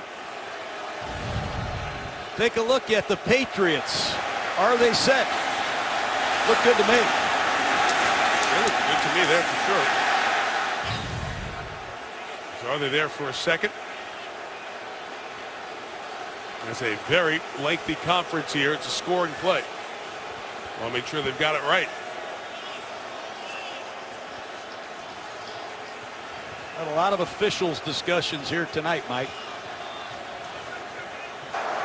Ruling on the field is defense offside.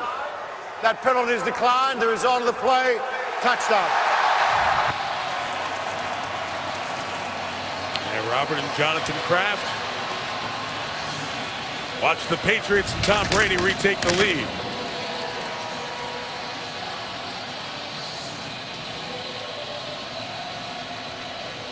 And again, in this mix, White trying to drag his leg across there as he put the ball towards the edge of the plane and then threw. Touchdown was confirmed via replay, and the extra point is added to make it 17-10.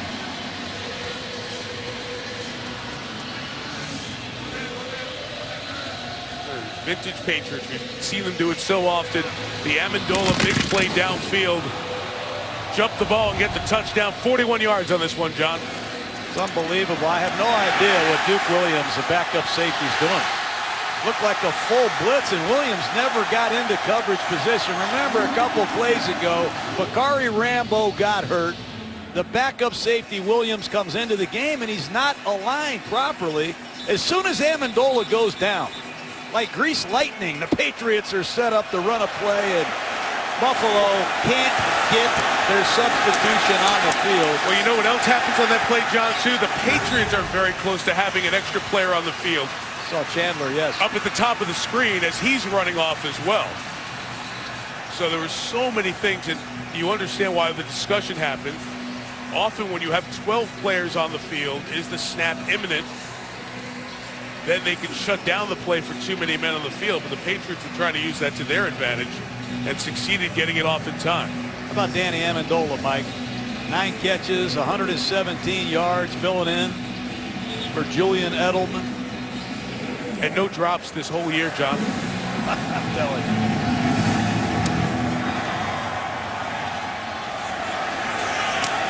A lot of hang time there, and no return on the kickoff by Denarius Moore. So go back to the point here and watch up at the top of the screen. We've been talking about, did Buffalo have all of their bodies off it? You have a Patriot running up, just gets to the white as the snap is about to be made.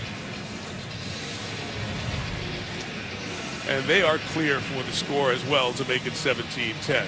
And that's something that is reviewable. We have extra men on the field, guys running to the sideline, but what other odd play will we have in this third quarter? It's a good question. Been one of those, huh? Let's see if Tyrod Taylor can answer. He's played well tonight. He's going to have to play his best football of the year down the stretch. Third drive of this third quarter. Touchdown on the first drive. 3 and out on the last one. This one begins at the 20, and LaShawn McCoy cannot get the edge. Dante Hightower set it, shut it down. Lost it 2. Excuse me, Dante Hightower can play inside, outside. He can play anywhere. Watch him work off Charles Clay, the tight end's block. Actually, it's Richie Incognito, but Dante Hightower has played great football for New England.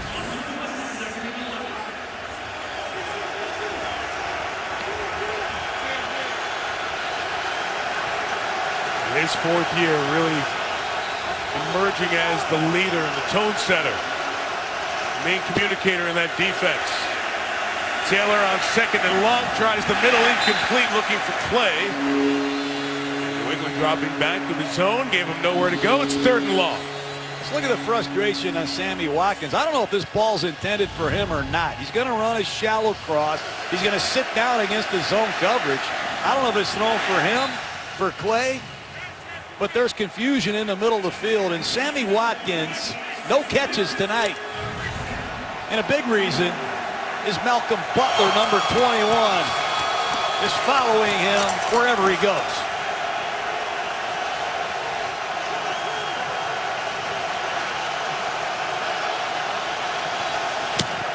Third and 11. The Pats bring 5. They try to keep a spy on Taylor. It's Nikovich chasing.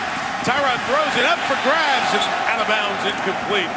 And that'll be back-to-back 3 and outs for this Buffalo offense. It's impressive defense by the Patriots. They have not let Tyrod Taylor hurt them scrambling tonight. And you have to credit Butler, the second-year corner, for helping to pitch a shutout on Sammy Watkins. That's impressive. Punt into the wind. Returns to the left by the Patriots have been very strong the last 2 weeks. Colton Schmitz kicking.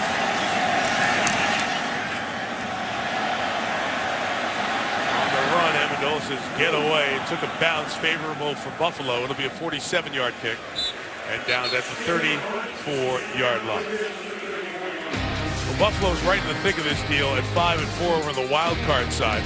New England's already 2 to the good in the loss column on the Bengals and the Broncos in terms of having everybody come through Foxborough to try to get to Super Bowl 50 in Santa Clara. Bills, if they can win tonight and rally, they're there with Pittsburgh 1 length ahead of that big mosh pit, 5-5. Chiefs, who are red hot. The Texans, the Jets, the Raiders, Jaguars, and Dolphins, for the moment, pulling for New England, bring Buffalo back within a game. I love when you get done with this week, all the buys are done.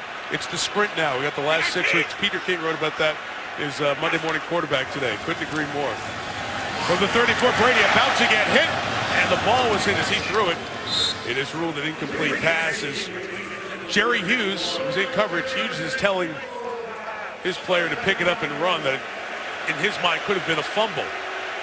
Rob Gronkowski, Mike, no one knows who's covering Gronk. Every play, it's been somebody different. Here it's Nigel Bradham and Preston Brown doubling Gronk. Tom Brady under serious pressure again.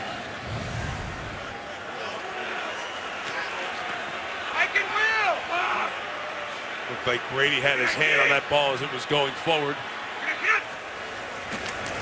So not a fumble. LeGarrette Blount leaks out of the backfield left. Being chased by Preston Brown. Nice move in the open field. Blount near the 40-yard line. Pick up just a little more than 5. Danny Amendola is being looked at on the sideline. He came over a moment ago. The athletic training staff looking at him. That punt that he was waving everybody off on. And then got away from. He started reaching for his leg, non-contact as well. So Edelman out with the broken foot. Dobson already out. Now Amendola being looked at. Mario Williams is on the Buffalo sideline talking to the trainers. 3rd and 5. Brady off the edge. Hughes couldn't get there. That pass is caught by Chris Harper. We have a flag back by the quarterback, and I think it's coming back.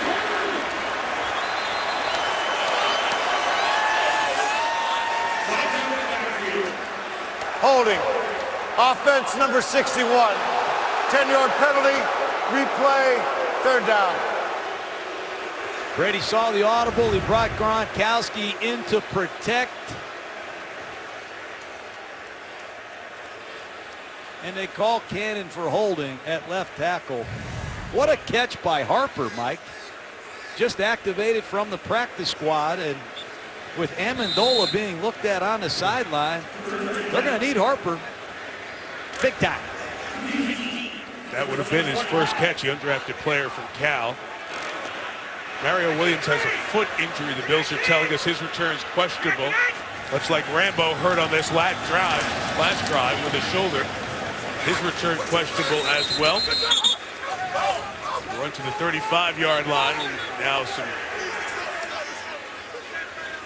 disagreement between Bills and Patriots as the guys head to their sidelines. The punting units will come on after that Brandon Bolden carried. It will be a gain of 7. Huge penalty on Cannon, nullifying the big play, and Buffalo continues to hang around.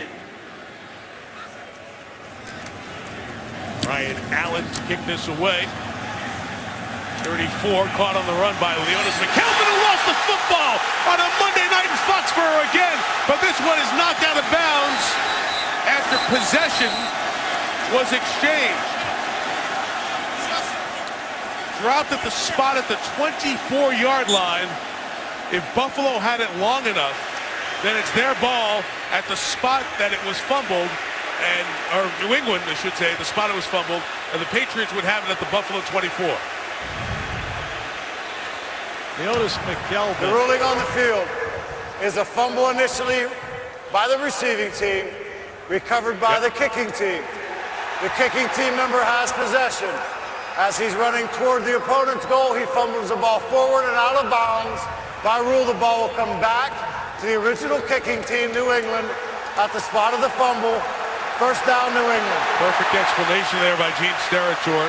The last time we were here on a Monday night, Leonis McKelvin had a fumble on a kickoff late in the game that was recovered by New England. Patriots went in to go get the game-winning touchdown. First and 10, New England at the 30-yard line. It's a nightmare for Leonis McKelvin, turning the ball over twice against their nemesis on the road. See if Rex Ryan and this defense can rise to a very difficult challenge. That is the first turnover of the game either way. And New England gets it back at the 30, and Blunt runs left, and LeGarrette Blunt gains 7 yards before Nigel Bradham brings him down. New England loves this play. They get 2 double teams up front. Blunt starts one way, and he cuts it back. It's a designed hand back. They get 2 double teams up front, and LeGarrette Blunt pounds it. Here he goes again for the first down inside the 20 and to the 19-yard line. LeGarrette Blunt's 250-plus pounds, Mike. And in this cold weather, in this stadium, this time of year, he's no fun to tackle. And they don't have a lot of different blocking schemes. They're not trying to fool anybody with Blunt either. New England, which had mostly abandoned the run, now just punishing on this drive. Blunt again to the 18-yard line, and Darius grabs his leg. Marcel went to the locker room briefly in the third quarter, and now he goes back down to be looked at. So Mario Williams got hurt before with that foot injury that had him questionable to return. And now they look at the twice Pro Bowler, Marcel Darius. When you run LeGarrette Blunt 3 consecutive times, it might not add up to a lot of yards, but the defense has to commit themselves to stop him. And off of these running plays, they set up some great play action passes, and Rob Gronkowski is usually the guy they're looking for. Darius, number 99, let's see what happened to him as he goes down.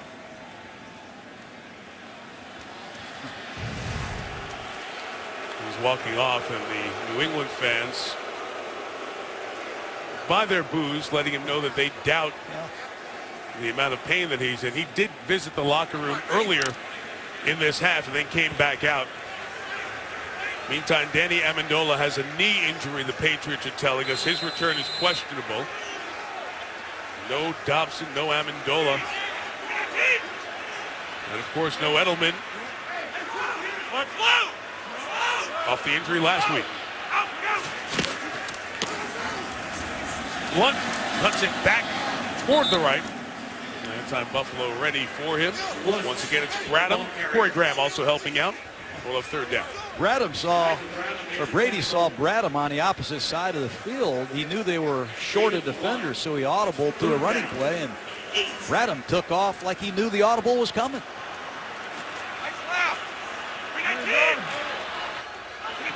Patriots can get a first down at the 9. Brady on play action towards Gronkowski, and it's incomplete. And Rob Gronkowski's had a very quiet night, just the one catch. Jerry Hughes put the pressure on, forced the timing off, and Gronkowski will come in for the field goal attempt. Jerry Hughes has played a great football game tonight for Buffalo.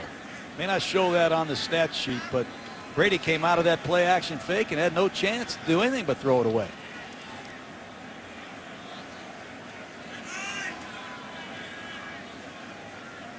Well, you saw that it's been a long time since a home field goal missed for Gronkowski. He'll try this one from 35. And again, another nice job on the hold by Ryan Allen. Puts it down, and the Patriots take a 10-point lead. They've scored 10 here in this third quarter.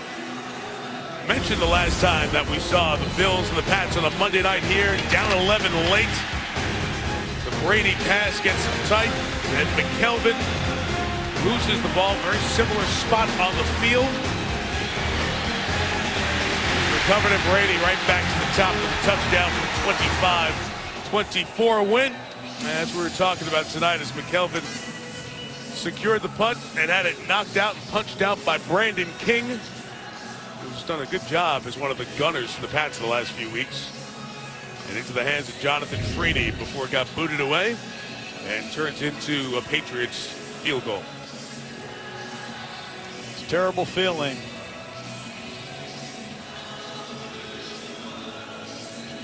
See if McKelvin can redeem himself. The Bills are going to have to get a turnover of their own, Mike. But mistakes have doomed the Bills. They've had a couple key penalties, a couple great opportunities in the passing game they haven't made, and hard to win at this place. No doubt.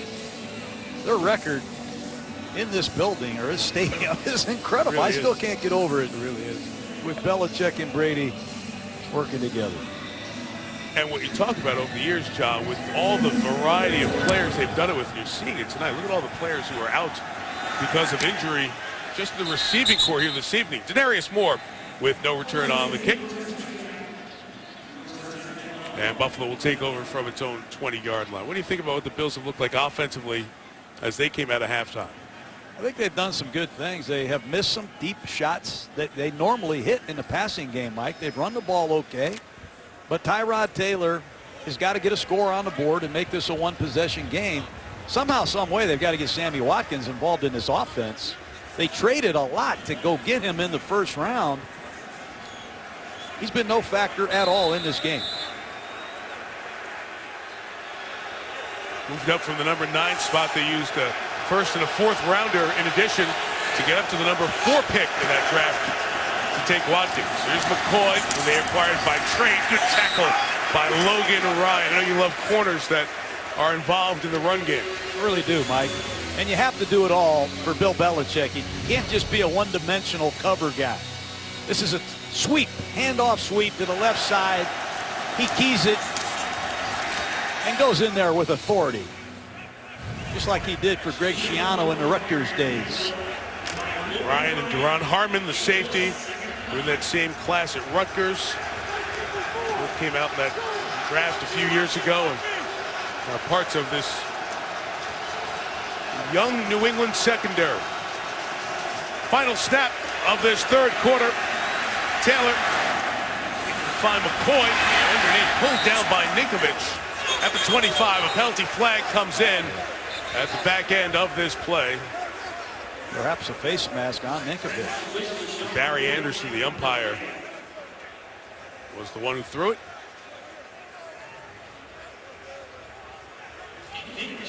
One of the longest third quarters we've ever had, Mike.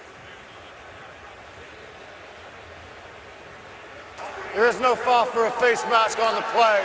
Third down, Buffalo. This is also the end of the third quarter. And the Patriots a quarter away from 10-0. They're up 10 after 3 in the battle of Rex and Belichick on Monday Night Football. Cold night, temperature in the 20s, quarterback numbers a little bit lower than these two guys have been putting up thus far this year. Taylor completing right around half his passes, same as Brady. No interceptions in the game, and the one sack is a bit misleading because Tom Brady's been hit a lot by the Buffalo defense on this night. Fourth quarter begins. Patriots leading by 10. And Tyrod Taylor is 3rd and 4. Stepping up in the middle, and they were waiting for him. Brought down for essentially no gain. Ninkovich retracing his steps. Comes to meet Dominique Easley, last year's first-round pick out of Florida. Everybody's running the same blitzes. 2 linebackers blitzing in the A gaps. 1 blitzes, 1 leaves, and there's one-on-one blocking up front. There's Easley, Ninkovich, wrapping up Tyrod Taylor. 3 and out. John, Chris Harper goes back because of the Amendola injury to catch the punt from Colton Schmidt. Under the watchful eye of Ivan Fears, their running backs coach. Harper did a lot of this in practice on Saturday, calls for and makes the fair catch. And Duke Williams had a very good idea, no Amendola back there, so he kind of went make sure he was close by. Hey, Coach Gruden, you love football? I love it. All right, we'll test you. See how much all of you love it out there. Can't wait for this Johnny football. The Ravens and the Browns next Monday night. Be excited to get back to Ohio. The Cleveland Browns, young quarterback. It's been a tough year for both those teams, but you got to take a good look at your teams in adversity too, Mike. The elevator doesn't go up all the time. Sometimes it goes down, and you got to see what you have. And both Cleveland and Baltimore are going to do exactly that. And you love football. I sure do. So you love us in football. I know you'll be with us Monday night, 8:15 Eastern. Penalty flag before Prior this to one. the snap. Timeout, excuse me, before that timeout. Buffalo calls their second timeout of the half. But Buffalo has used a lot of timeouts this year in odd situations. That one hurts.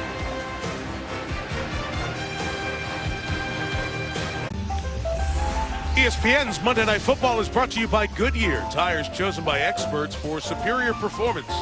Goodyear, more driven. DirecTV, call 1-800-DirecTV. At NFLShop.com, order your holiday gifts today and save up to 15% off. You wondering what that is, John? That's Old Sturbridge Village, Massachusetts, reenactment of the traditional 1830s Thanksgiving as we get ready for the great holiday on Thursday. Brady, first down, looking for Gronk. Caught by Gronkowski. At the 45-yard line, conversation with the officials and confirmed a catch and a gain of 25. Matter of time before they shoot a play-action pass down the field, and I think Gronk has control and has completed the catch, Mike. Well done. What a route by Rob Gronkowski, and before Bakari Rambo can get there, he secures the ball for New England. Empty out the backfield with Garrett Blunt up at the top of your screen. Here Brady getting LaFell on the line of scrimmage. They had enough people. Shot downfield towards Harper. On the deflection, it's taken in and intercepted by Stephon Gilmore. Gronk pulls down back at the 5-yard line. Brady disgusted with himself with a 10-point lead, first down in that field position. Why force that ball to Harper, who you just activated, into the strength of the Bills defense? It's Graham, number 20, carrying Harper right down the seam, and Stephon Gilmore on the old-fashioned tip drill gets his 3rd interception. And poor route distribution, didn't need to do that with a 10-point lead on first down in that field position. For Gilmore, the pick his 3rd. For Brady, just the 4th he has thrown this year. Buffalo likes to take shots in this field position, and I'm going to keep saying it. Sammy Watkins, against whoever covers him, deserves a couple shots. Here goes McCoy running towards the edge, got around Mayo, patiently waited for the block. He's pulled down at the 13-yard line. Going to clean up one more injury thing, John, by the way, back over with Buffalo. Aaron Dobson's been out most of the game with that ankle injury. The Patriots tell us he is now out for the game. A lot of players, both sides lost. Remember, Buffalo lost John Miller, their right guard. In the first half of this one, Craig Urbick has jumped over there. and played most of the way. Number 60 looking back at Taylor now.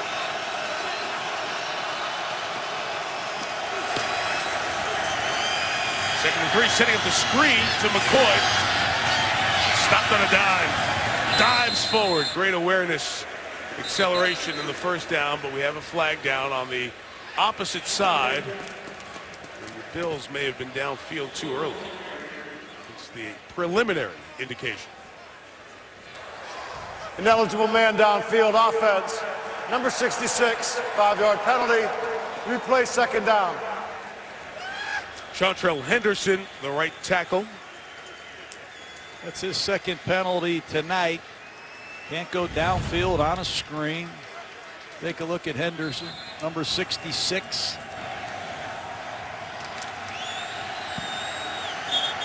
Good call.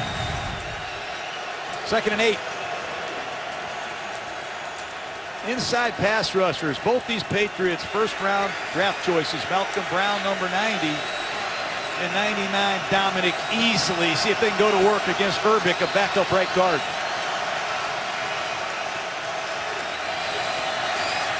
Second and 8, time for Taylor. Sideline for Watkins. Butler with the coverage, the contact, and the flag is thrown. It's going to be against New England. But Tyrod Taylor is going to get somebody hurt. These free safeties are driving on his eyes, and the ball's just in the air too long.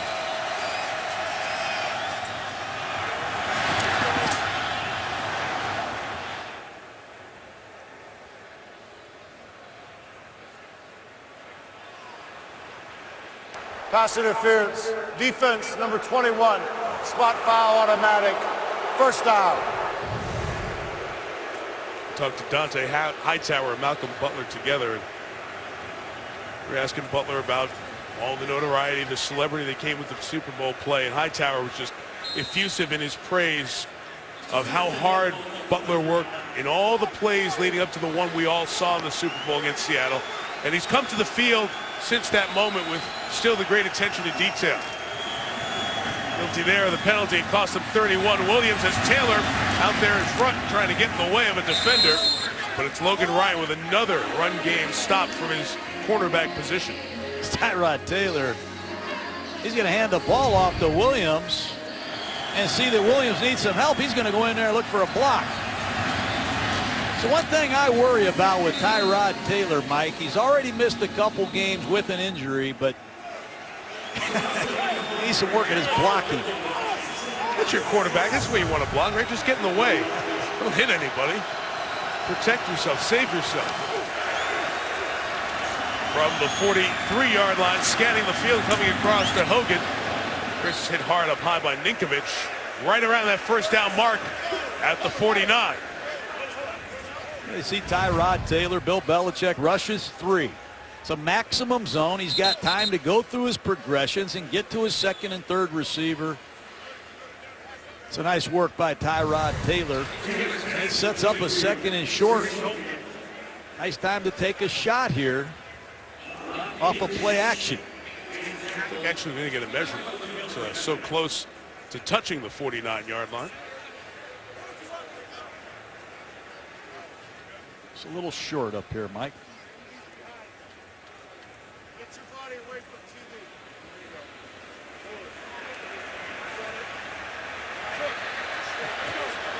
He used to do this for a living, so Mike. Lucky. What, officiate? Hey, I like it. It gives you plenty of time to look at that big menu of plays, and you're down by 10. You're on the road. Here comes Mills, 79, an extra offensive lineman. This is their heavy group, and they love to slam their big back, their rookie halfback, Carlos Williams, in this situation. Expect to see Williams on an inside run. Your tight end as well, Matthew Mulligan, University of Maine. Run Williams bounces outside. Jung comes up, rings him up. Fourth down.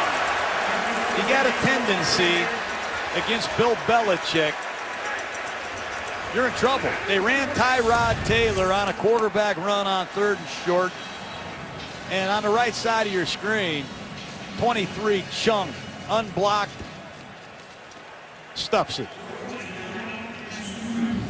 And Buffalo, in addition to the missed opportunities, they had 2 of 11 on third down conversions. That one of the few third-in shorts they didn't make here tonight. Colton Schmidt kicks it again. It is Chris Harper back, and he catches it on the way out of bounds over at the 6-yard line. The mark officially at the 7. Brady's story tonight. Up 10. Robert Kraft, 22 years of owning this team with the Kraft family. His son Jonathan, the team president. They have so much to be proud of what this place has become, what this organization's become, this stadium, and this entire Patriot Place area around the stadium, which has really become a destination here between Boston and Providence. LeGarrette Blount with a run to the right. Blount will get the edge and get the first down. Take it out of bounds over by the 24-yard line. Good way to run out inside your own 10. Hear Bill Belichick talk about situational football. Well, one of the situations you work on repeatedly is your backup offense. Number one goal is to get a first down, get out of danger position, and what better way to do it than hand the ball off to this big back. I just want to reiterate it, Mike. When you play Blount in this weather, no fun to see him at that size. 24 is tossed left with Blount. He'll get across the 30 and get pulled down at the 31-yard line. The flag down. Corey Graham was over there on the tackle. This one coming back. Going to be holding. Holding. Offense, number 66. 10-yard penalty. Replay first down. You get Brian Stork there. Brian Stork, Mike, he's the center for the world champions last year. He is not ready to go. He's hurt. He has a concussion. So he doesn't play. Last week, I'm watching him play the Giants. He's the right tackle. Right. And David Andrews, the center, hasn't missed a snap all year. Andrews struggled early in this game, so now Stork is back at his natural center position. Hopefully the Patriots getting some healthy bodies. They're already missing Nate Solder, their left tackle for the year. Important that these 5 men get in concert together. First and 20. Brady getting hit again as he throws. That time he's hurt. Chandler. Brady took a shot there. Yeah, he is. Jerry Hughes has hit Brady a lot tonight. Marcus Cannon has really struggled at left tackle in his first game back. He's been out, but Tom Brady been hit a lot. See a foot on the ground as Hughes goes up, turns the head to try to make it a contact with the shoulder. Brady hands it here to Brandon Bolden.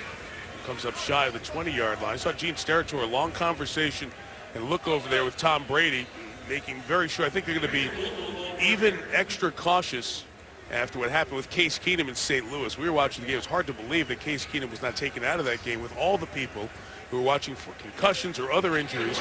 And Chris Mortensen reported earlier today that there's going to be a call with all the league's 32 head athletic trainers on Tuesday. The NFL and the Players Association leading it to try to review concussion protocols. On the edge, it is LaFell after the catch. He'll be pulled down at the 28-yard line. Mike, it's going to be Leotis McKelvin back deep again. He has had a very difficult time in this stadium as a return man. Fumbled earlier, fumbled a few years ago. Let's see if he can redeem himself and set the table for the Bills. There's plenty of time left. They just need somebody to make a play. This kick by Ryan Allen is a good one into the wind.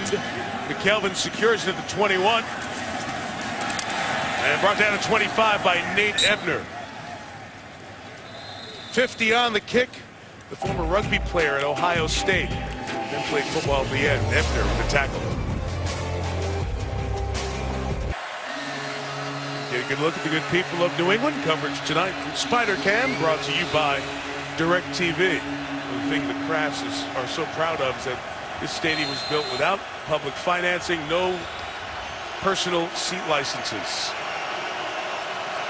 A whole bunch of loyal fans here fill this place up on a regular basis. Taylor, the Bills, got to have something here. They start from their own 25, and Taylor's thrown out of bounds by Hightower after a gain of 5 to the 30. Hightower.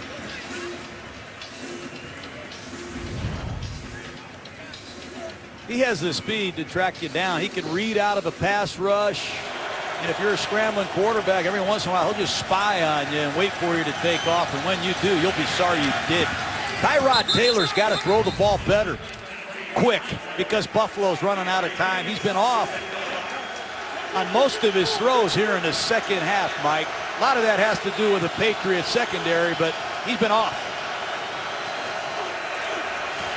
Good opening drive to start this half. McCoy can't catch that one. The pass is incomplete. 5 plays and a touchdown on that first drive, but the rest of the half hasn't been so good. Well, he's had some opportunities to complete some passes. The protection has been pretty good. He's underthrown some deep passes. He hasn't set his feet when he's had a chance to. Just bad route distribution in the middle of the field. It's a combination of problems, but they're on the clock here, and they need a first down right now from Taylor.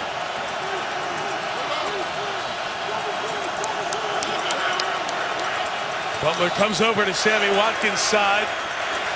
Taylor's rolling the other way. Hightower in his face. Watkins, incredible grab. That's Watkins. 5-star grab. That's why they traded up to get him, Mike. They hurt his shoulder. Tyrod's okay. Crossing route by Sammy. Watch this one-handed grab.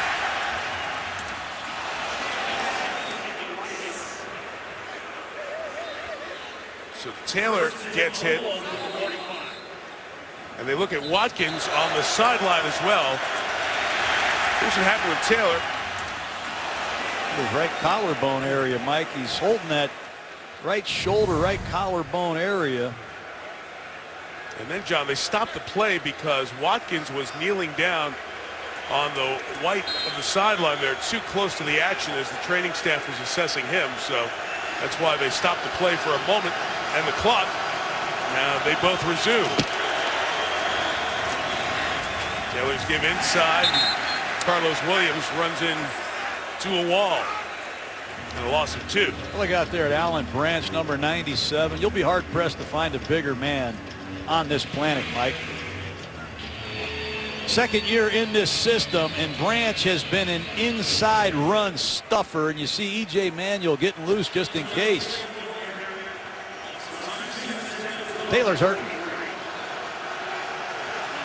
Manuel 2 starts in Cincinnati and against Jacksonville. That very poor performance in London against the Jaguars. Watkins back on the field. The pressure's picked up. Hogan is open, and he's got it at the 20.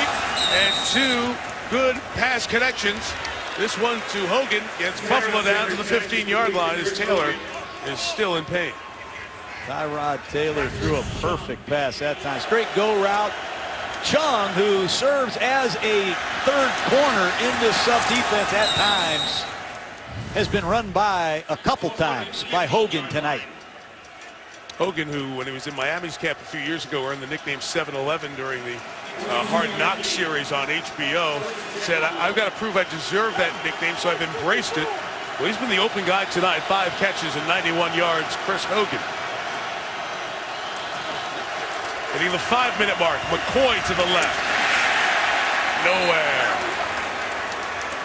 Shirt again, John, continuing his very solid performance after his 4 years with the Browns. First year at the Patriots. Well, Shirt can do a lot of different things. You see him number 93 on the right side of your screen. He just runs this play down, but I'm going to be looking for Patrick Chung if I'm the Bills.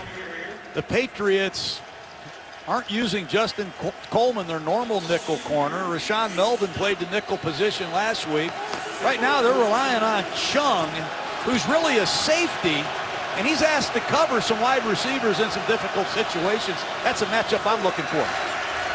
Well, 20 to go. Hogan crossing underneath, dropping back off the line. Shirt again for the tackle.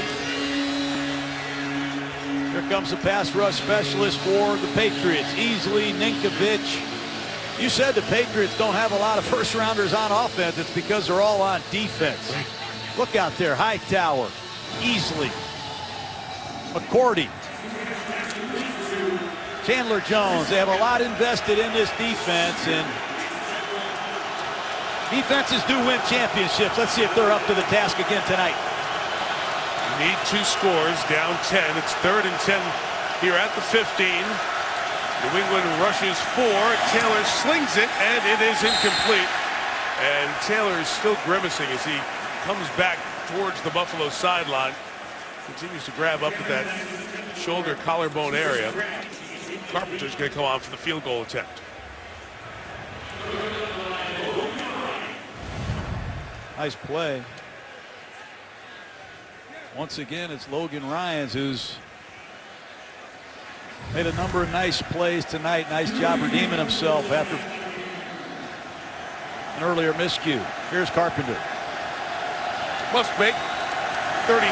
Extra point size field goal is not through, so it's 20-13. Buffalo, remember, had to use those timeouts earlier, so they have 1 left with 3.5 to go in the 4th. Athletic training staff was over there looking at Tyrod Taylor before we came back out of break, and now he's over there talking with Greg Roman. This goes back to this push by Hightower at the back end of the play.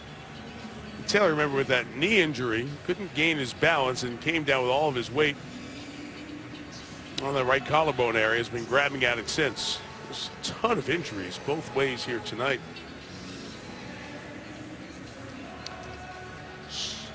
And before each snap here, he kept looking up towards that right collarbone area and even grabbing it before the snap. Now you've got 3.5 left with 1 timeout. If the Patriots play it by the book and maximize the time they take off the clock, Buffalo wouldn't get the ball back on a 3-and-out series until there's about 1:54 left. So the onside kick is very possible here. That's why New England has 10 players up. It'll be a little pooch kick by Gay to the voided area. It's caught at the 25. McCourty just goes down right there.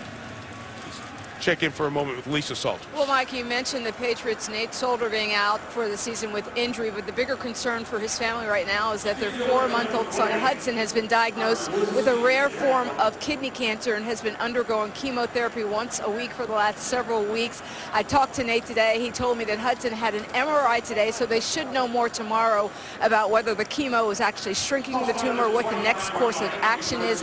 Right now, he said Hudson is very happy despite the chemo. He's a very joyful kid, and that's making it a little bit easier for the family to deal with this. But Nate said he appreciates all the attention and the well wishes from folks all around the country. But he also wanted us, on his behalf, to acknowledge other families who are going through similar situations who may not have the same resources. He says everyone needs support like that when they're dealing with something like this, Mike. Amen. Thoughts to the shoulders to Nate. Handoff from Brady, and good run here by Blunt for 5 yards to the 30-yard line. Rex Ryan's going to take a timeout with 3:20 left. You speak of that in other families, Lisa. We're watching Tom Brady, who played for Lloyd Carr at Michigan, and I just want to send my sympathies to Lloyd Carr and his family. Chad Carr, Lloyd's grandson, passed away today, 5 years old, brain cancer, tumor. It's in my hometown, and you know the folks, and Coach Carr and all those people are very special to a lot of us. And I'm sure Tom Brady's got the same thoughts for his coach as well from Michigan. No doubt, Mike. As we get close to this Thanksgiving season. So the ball's at the 30-yard line, 2nd and 5 here for the Patriots. So Buffalo out of timeouts. It's all or nothing, Mike, for Buffalo. They're in a sellout run-stop mode. They cannot let LeGarrette Blount get a first down. And Blount gets 2, gets pulled down there.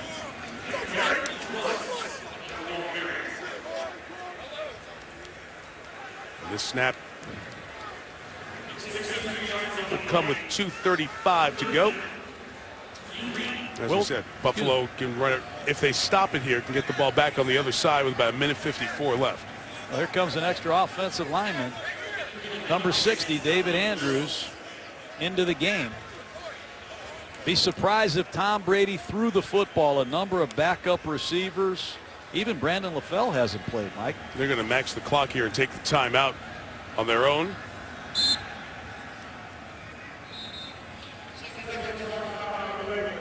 With 2:36 to go. John, you said it before with Buffalo, and that one play where they had to call a timeout because they only had 10 players on the field before a drive started. Marcel Darius was not on the field as we looked at it in break. And that's such a crushing play because there's a timeout that can save you 40 seconds right now on the clock. Oh, this can never happen. You have 10 players on the field to start a possession. We have coaches communicating the personnel. Jerry Hughes is looking for Marcel Darius, looking for their base defense, and they can't even get 11 guys on the field, and it could cost them a football game. You need to have these timeouts for these types of situations to win these types of games. 69 is eligible. Shaq Mason, who's done that very often this year for the Patriots, lining up in the fullback position. And he's eligible. I don't think they'll throw him the ball. 3rd and 3, a Patriot conversion here should close the deal for the night. They run it with Blunt, who is stopped, so it'll run down to the 2-minute warning. And Buffalo's defense did what they had to do, force the 3 and out, and the Bills will get it back with a chance when the kick comes on the other side of the 2-minute warning. Nowhere to go for LeGarrette Blunt. You have to credit Rex Ryan and this game plan that he's had tonight. Normally Tom Brady's a close to 70% passer. Tonight he's had to work for every single completion.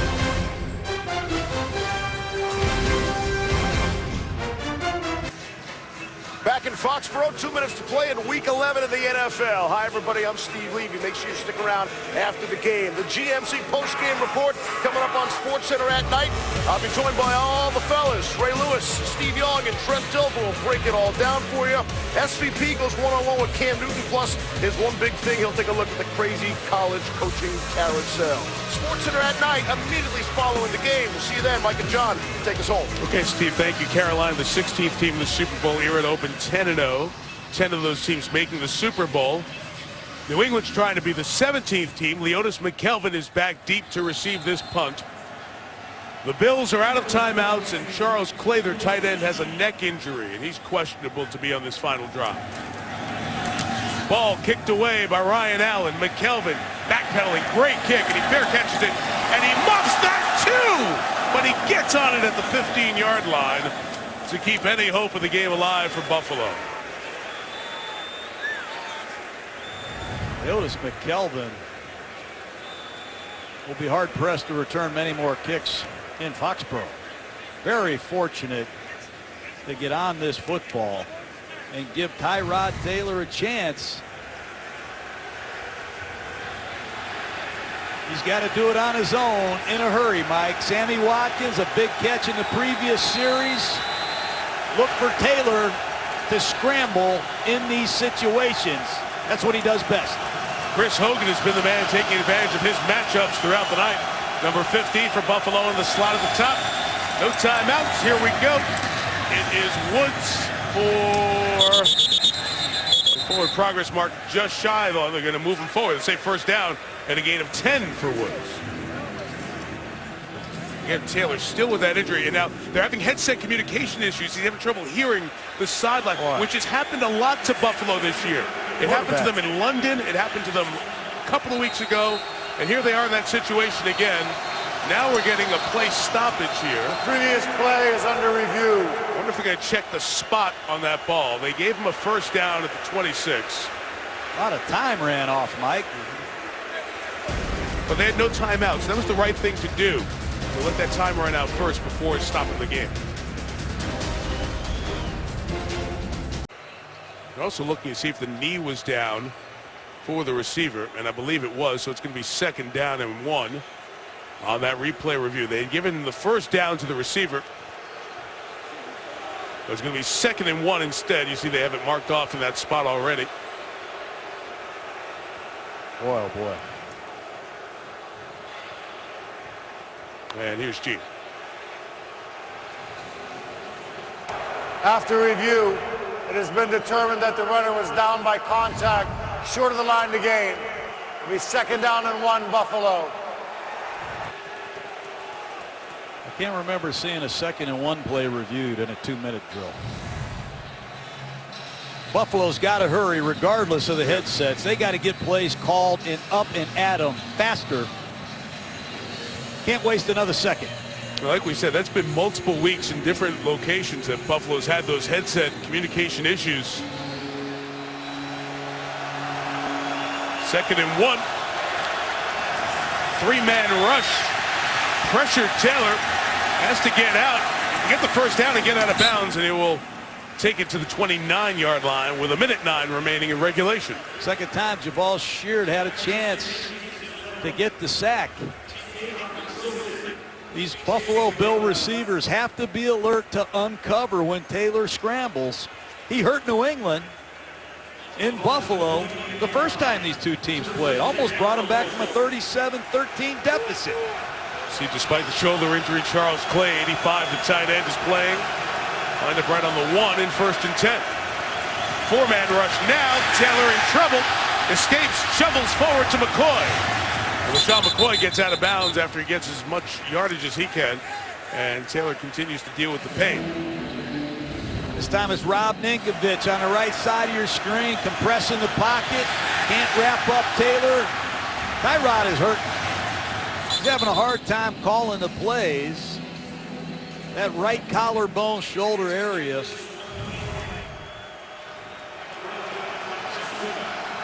You always talk about, John, 4th quarter pass rush. Most championship teams have it.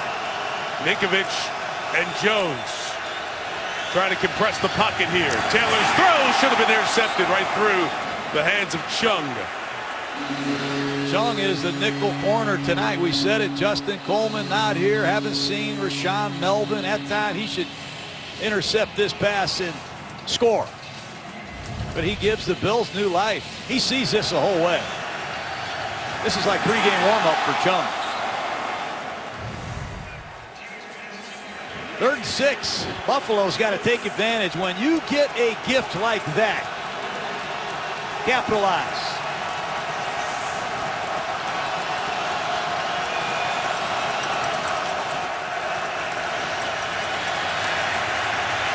Taylor firing sideline, and it's incomplete. Great attempt by Butler to go up and get it. And we'll have 1 play to keep it alive for Buffalo. 4th and 6. I think Tyrod's hurt, Mike. Oh, yeah, John, you can just see every time he reaches up towards that collarbone area. And we saw E.J. Manuel warming up.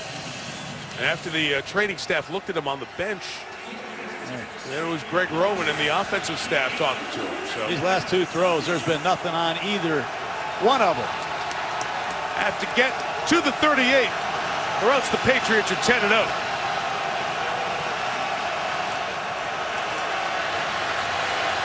Taylor's throw sideline. Watkins ruled no catch, and that's ball game.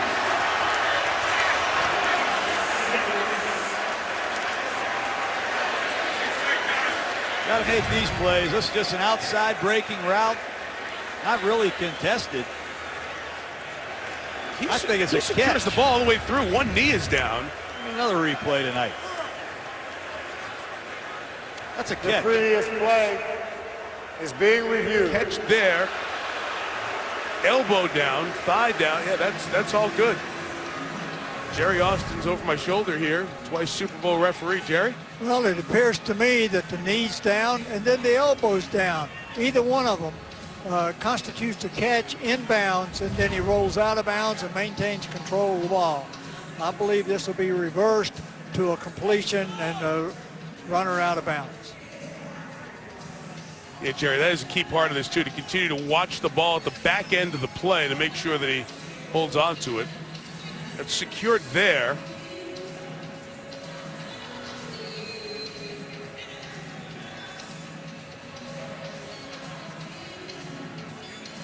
Got to be a catch. You just got to watch this part of it right there, too. As the point of the ball touches. But he maintains control with his hand and fully Underneath it? Underneath it, controlling the ball. He never loses control of the ball. Elbow, knees down, inbounds. What's This should interesting? be a completion. I'm sorry, Jerry. What's interesting here, too, is Taylor's got the jacket on. E.J. Manuel is warming up on the sideline right now for the Bills. So Buffalo's offense has stayed out on the field. New England's defense is out there. And E.J. Manuel is warming up on the sideline with 46 seconds to go.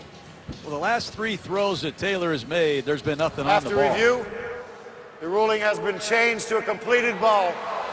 The receiver maintains possession with a knee down. With Buffalo's ball 1st and 10 on the 40-yard line. And this is the all-time throwing the cape off and coming in the game, John. But Manuel does not come in, and Taylor stays in the game. So Taylor had the cape on. Manuel did all the warming up over here on the sideline, and they still decided to send Taylor back in with 46 seconds to go. Nothing wrong with his legs. If you're New England, make sure you keep him in the pocket. Make him do it with his arm, not his legs. So from the 40 with a 3-man rush, Taylor throws underneath, and that may be the best thing for Buffalo, because that wasn't going to get a lot of yardage, and McCoy might not have gotten to the sideline. You can see New England is using a mush rush. They're not trying as much to get to Taylor as much as they are to keep him in the pocket. With 40 seconds left, no timeouts left. Watkins, the home run threat at the top of the screen, and their leading receiver, Charles Clay, is in the slot. They got to push it now. No more check down. 2nd and 10. Look out. Ninkovich hits Taylor, and the ball comes out. Let's see who's got it. Looks like Buffalo's recovered. The ball is placed at the 32-yard line at the spot of the fumble. And the ball clock will be at the 32. and the clock continues to run because it doesn't get stopped there. So we're down to 8 seconds left, and it's 3rd and 18. And Taylor's throwing. He's got to get out of bounds. Watkins knows that and gets out of bounds. No, he stays inbounds, they rule, and the game will come to an end. Buffalo's got work to do. Clearly, got to respect their effort. Rob Ninkovich, the Patriots, they make the signature plays, Mike, at the end of games. That's why they're 10-0 and the defending world champions. They have a kicker, a quarterback, and a 4th quarter pass rush. That's why they are where they are. And Bill Belichick and the Patriots have improved to 10-0 with the victory. We'll try to find where Rex Ryan is as they meet again, and it's advantage Belichick in the regular season one more time. He improves to 11-3. Let's go back to this final play here. Watkins is not touched down by contact by Butler. So I would assume the clock is stopped. That's the same thing as going out of bounds. He got a body part down, but he rolls himself out of bounds. And that was an interesting stop there of the clock. Non-stop of the clock, I should say. The game expiring. And Rex Ryan and the Bills dropping to 5-5. What a screwed up night of plays and officiating this was. Wow. Again on a Monday. 2013 GMC postgame's coming up. We've got the Gruden Grinder in a moment, so don't go away for that. Our final score here as everybody heads off to the traffic on Route 1, Foxborough, 2013 New England. 1, Foxborough, 2013 New England.